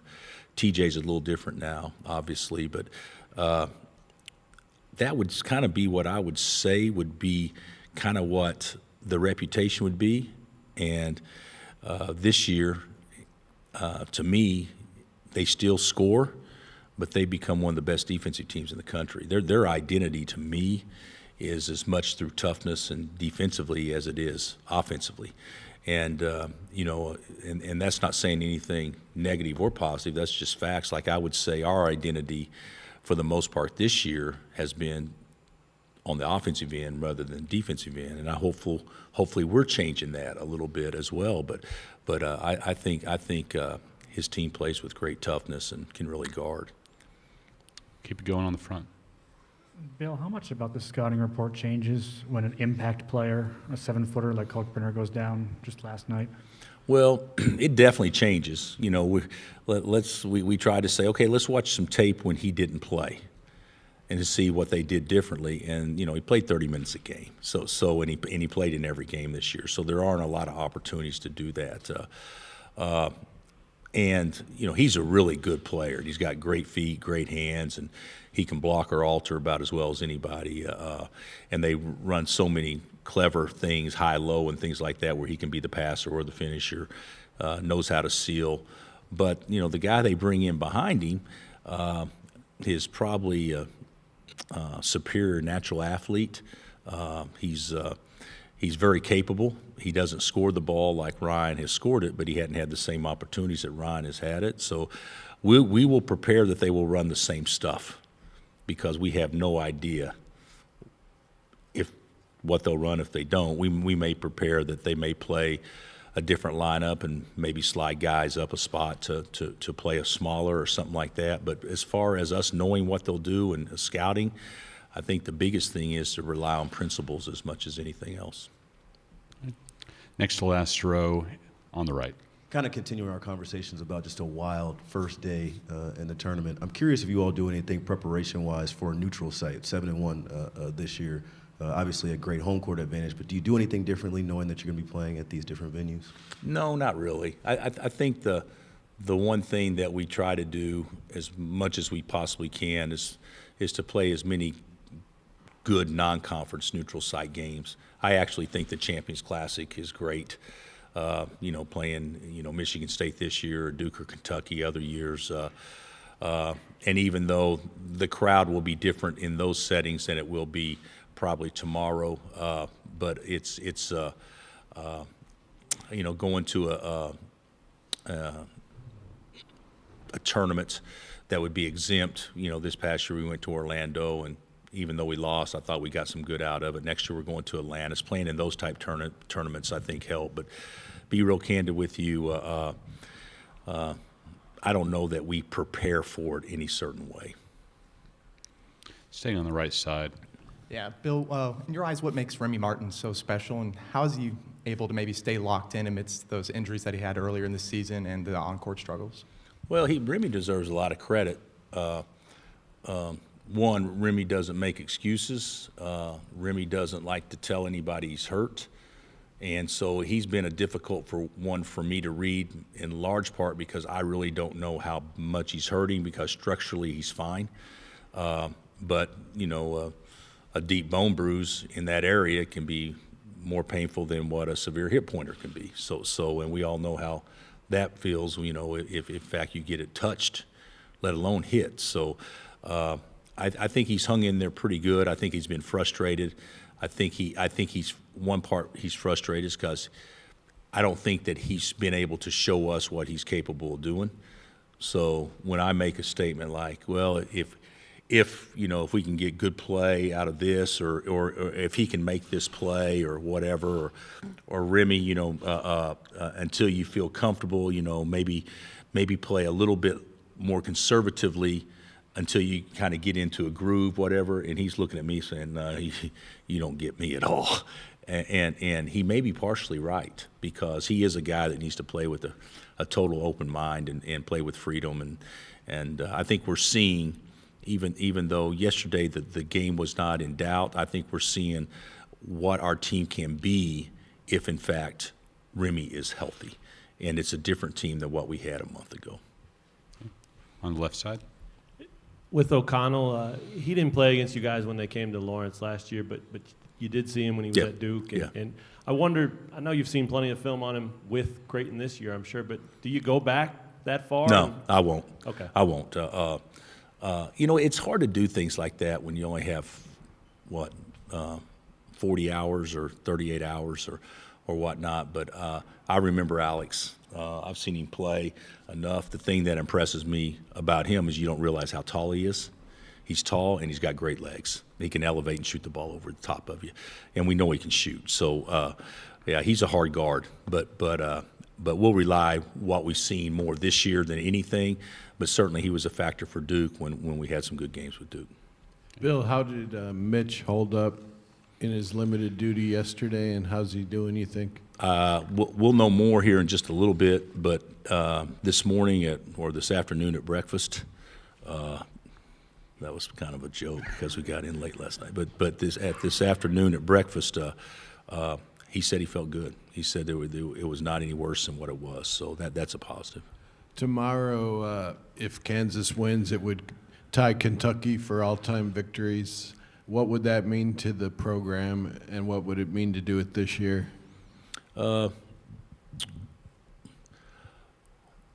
Personally, Gary, I don't even know if it registers on what it would mean to the program. What it would mean is we won another game. And playing the Sweet 16 is far more important than tying that. I hope we tie it. I hope we pass it by a couple, by the end of the year, but not because of that. It just meant we would still be playing. So, front row on the right side. Playing a team last year, but the personnel is completely Yeah. different. How do you go across watching it, or can you even watch that tape at all? I haven't. They have 5 new players, starters, and as far as contributors last year, Ryan obviously was a major contributor, and he's not playing. Mitchell, if I'm not mistaken, was a major contributor, and he's not playing. And Alex didn't play last year against us. Isn't that right, Matt? So I don't know how much that would help us, watching that. But I think we've got I hope we do. I think we've got a pretty good book on what Creighton has had success doing this year and what they like to do, and hopefully we're able to neutralize that. But we'll go off basically this year. Go to a question from the Zoom from Dave Stewart. Coach, a lot of the fans seem to think that the conference is measured by how many teams make deep runs in the tournament. You've never seemed to really buy into that thinking. What is the measuring stick for the Big 12 this year overall in that, experts seem to think that it's been the best conference? Yeah, Dave, I don't know that I don't really buy into that. I think once you get in the NCAA tournament, it's so much about matchups that sometimes a team that's been terrific can run into a buzzsaw, and maybe sometimes a team that hadn't been as good can have a little bit of a clearer path if they play well. But I don't know if that's not the metric to determine the success of your league or how good your league is. I don't know what the metric would be, though. I don't know how you could, the fact that you could look at all the net, and you could look at all the statistical stuff throughout the regular season. The bottom line is, once it gets this time of year, none of it matters anyway. So I don't know if there's a great way to measure it. I don't know if there's a fair way to measure it. But I know our league takes great pride in doing as well as we possibly can do in the tournament. And I don't think we've done as well in the tournament, with the exception of Baylor, especially last year, as what maybe the metrics of our league has shown throughout the regular season. So it's time for us to step up and do our part as well. On the left? I wonder about the matchup with Trey Alexander, and specifically how he played last night, what you guys saw there. He played great. Yeah. He played great, and he's got size. And, I've known Trey and his family forever. I recruited D'Angelo, his uncle, back in the day when I was at Illinois. Know his family, recruited Trey, and I think he's really, really improved in a very short amount of time. We didn't recruit him as a point guard, and I don't know that Greg recruited him as a point guard, but he's turned out to be a terrific point guard thrown into emergency duty. So he's done a fabulous job. How does he match up with your point guard? Well, he's bigger, and the one thing Trey can do, he can shoot over folks, and that's one way he's been real effective. So we've got to do a good job of not letting him get into a shot where he can just jump up over us. Right side, front row. Hey, Bill, how prepared is this team to play if Creighton does go small for extended stretches? Well, I think it, it goes without saying that it could either be a strength or a weakness. There's that old adage, make them adjust to you more than you adjust to them, and if they decide to do that, then how do we take advantage of them being small, and then how do we guard them when they are small? And that'll be a big question with us, because obviously that would put David on the perimeter a lot. So I think we can do it. I think we can do it. I think there's a strategy and ways to do it. And we've actually played a couple of teams in recent memory that went small on us, and we were able to do it and get by with it and not get hurt with it defensively, and been a bonus offensively. So I can see it. I can see it working favorably with us, but it won't be an easy guard, though, regardless if that occurs. Right side in the back. Bill, I don't know how much you've talked to Nick Baugh about this game, but who do you think he should be rooting for tomorrow? Well, I talked to Nick 2 days ago, and he thought this was the Nick Ball Invitational. It's the NCAA tournament. So, Nick played for us for 2 years and then transferred and then was a good player for Dana and started for a couple of years at Creighton. So I don't know who he should be rooting for. He got his degree from Creighton, so and he lives in Omaha. So no matter what he says, I'm sure his allegiances will fall that way. But we all love Nick, and he's still a part of us. More questions for Coach Self? Not seeing any. Coach, how many hours of sleep last night? Enough. Enough. Wishing you more this evening. Yeah, thanks.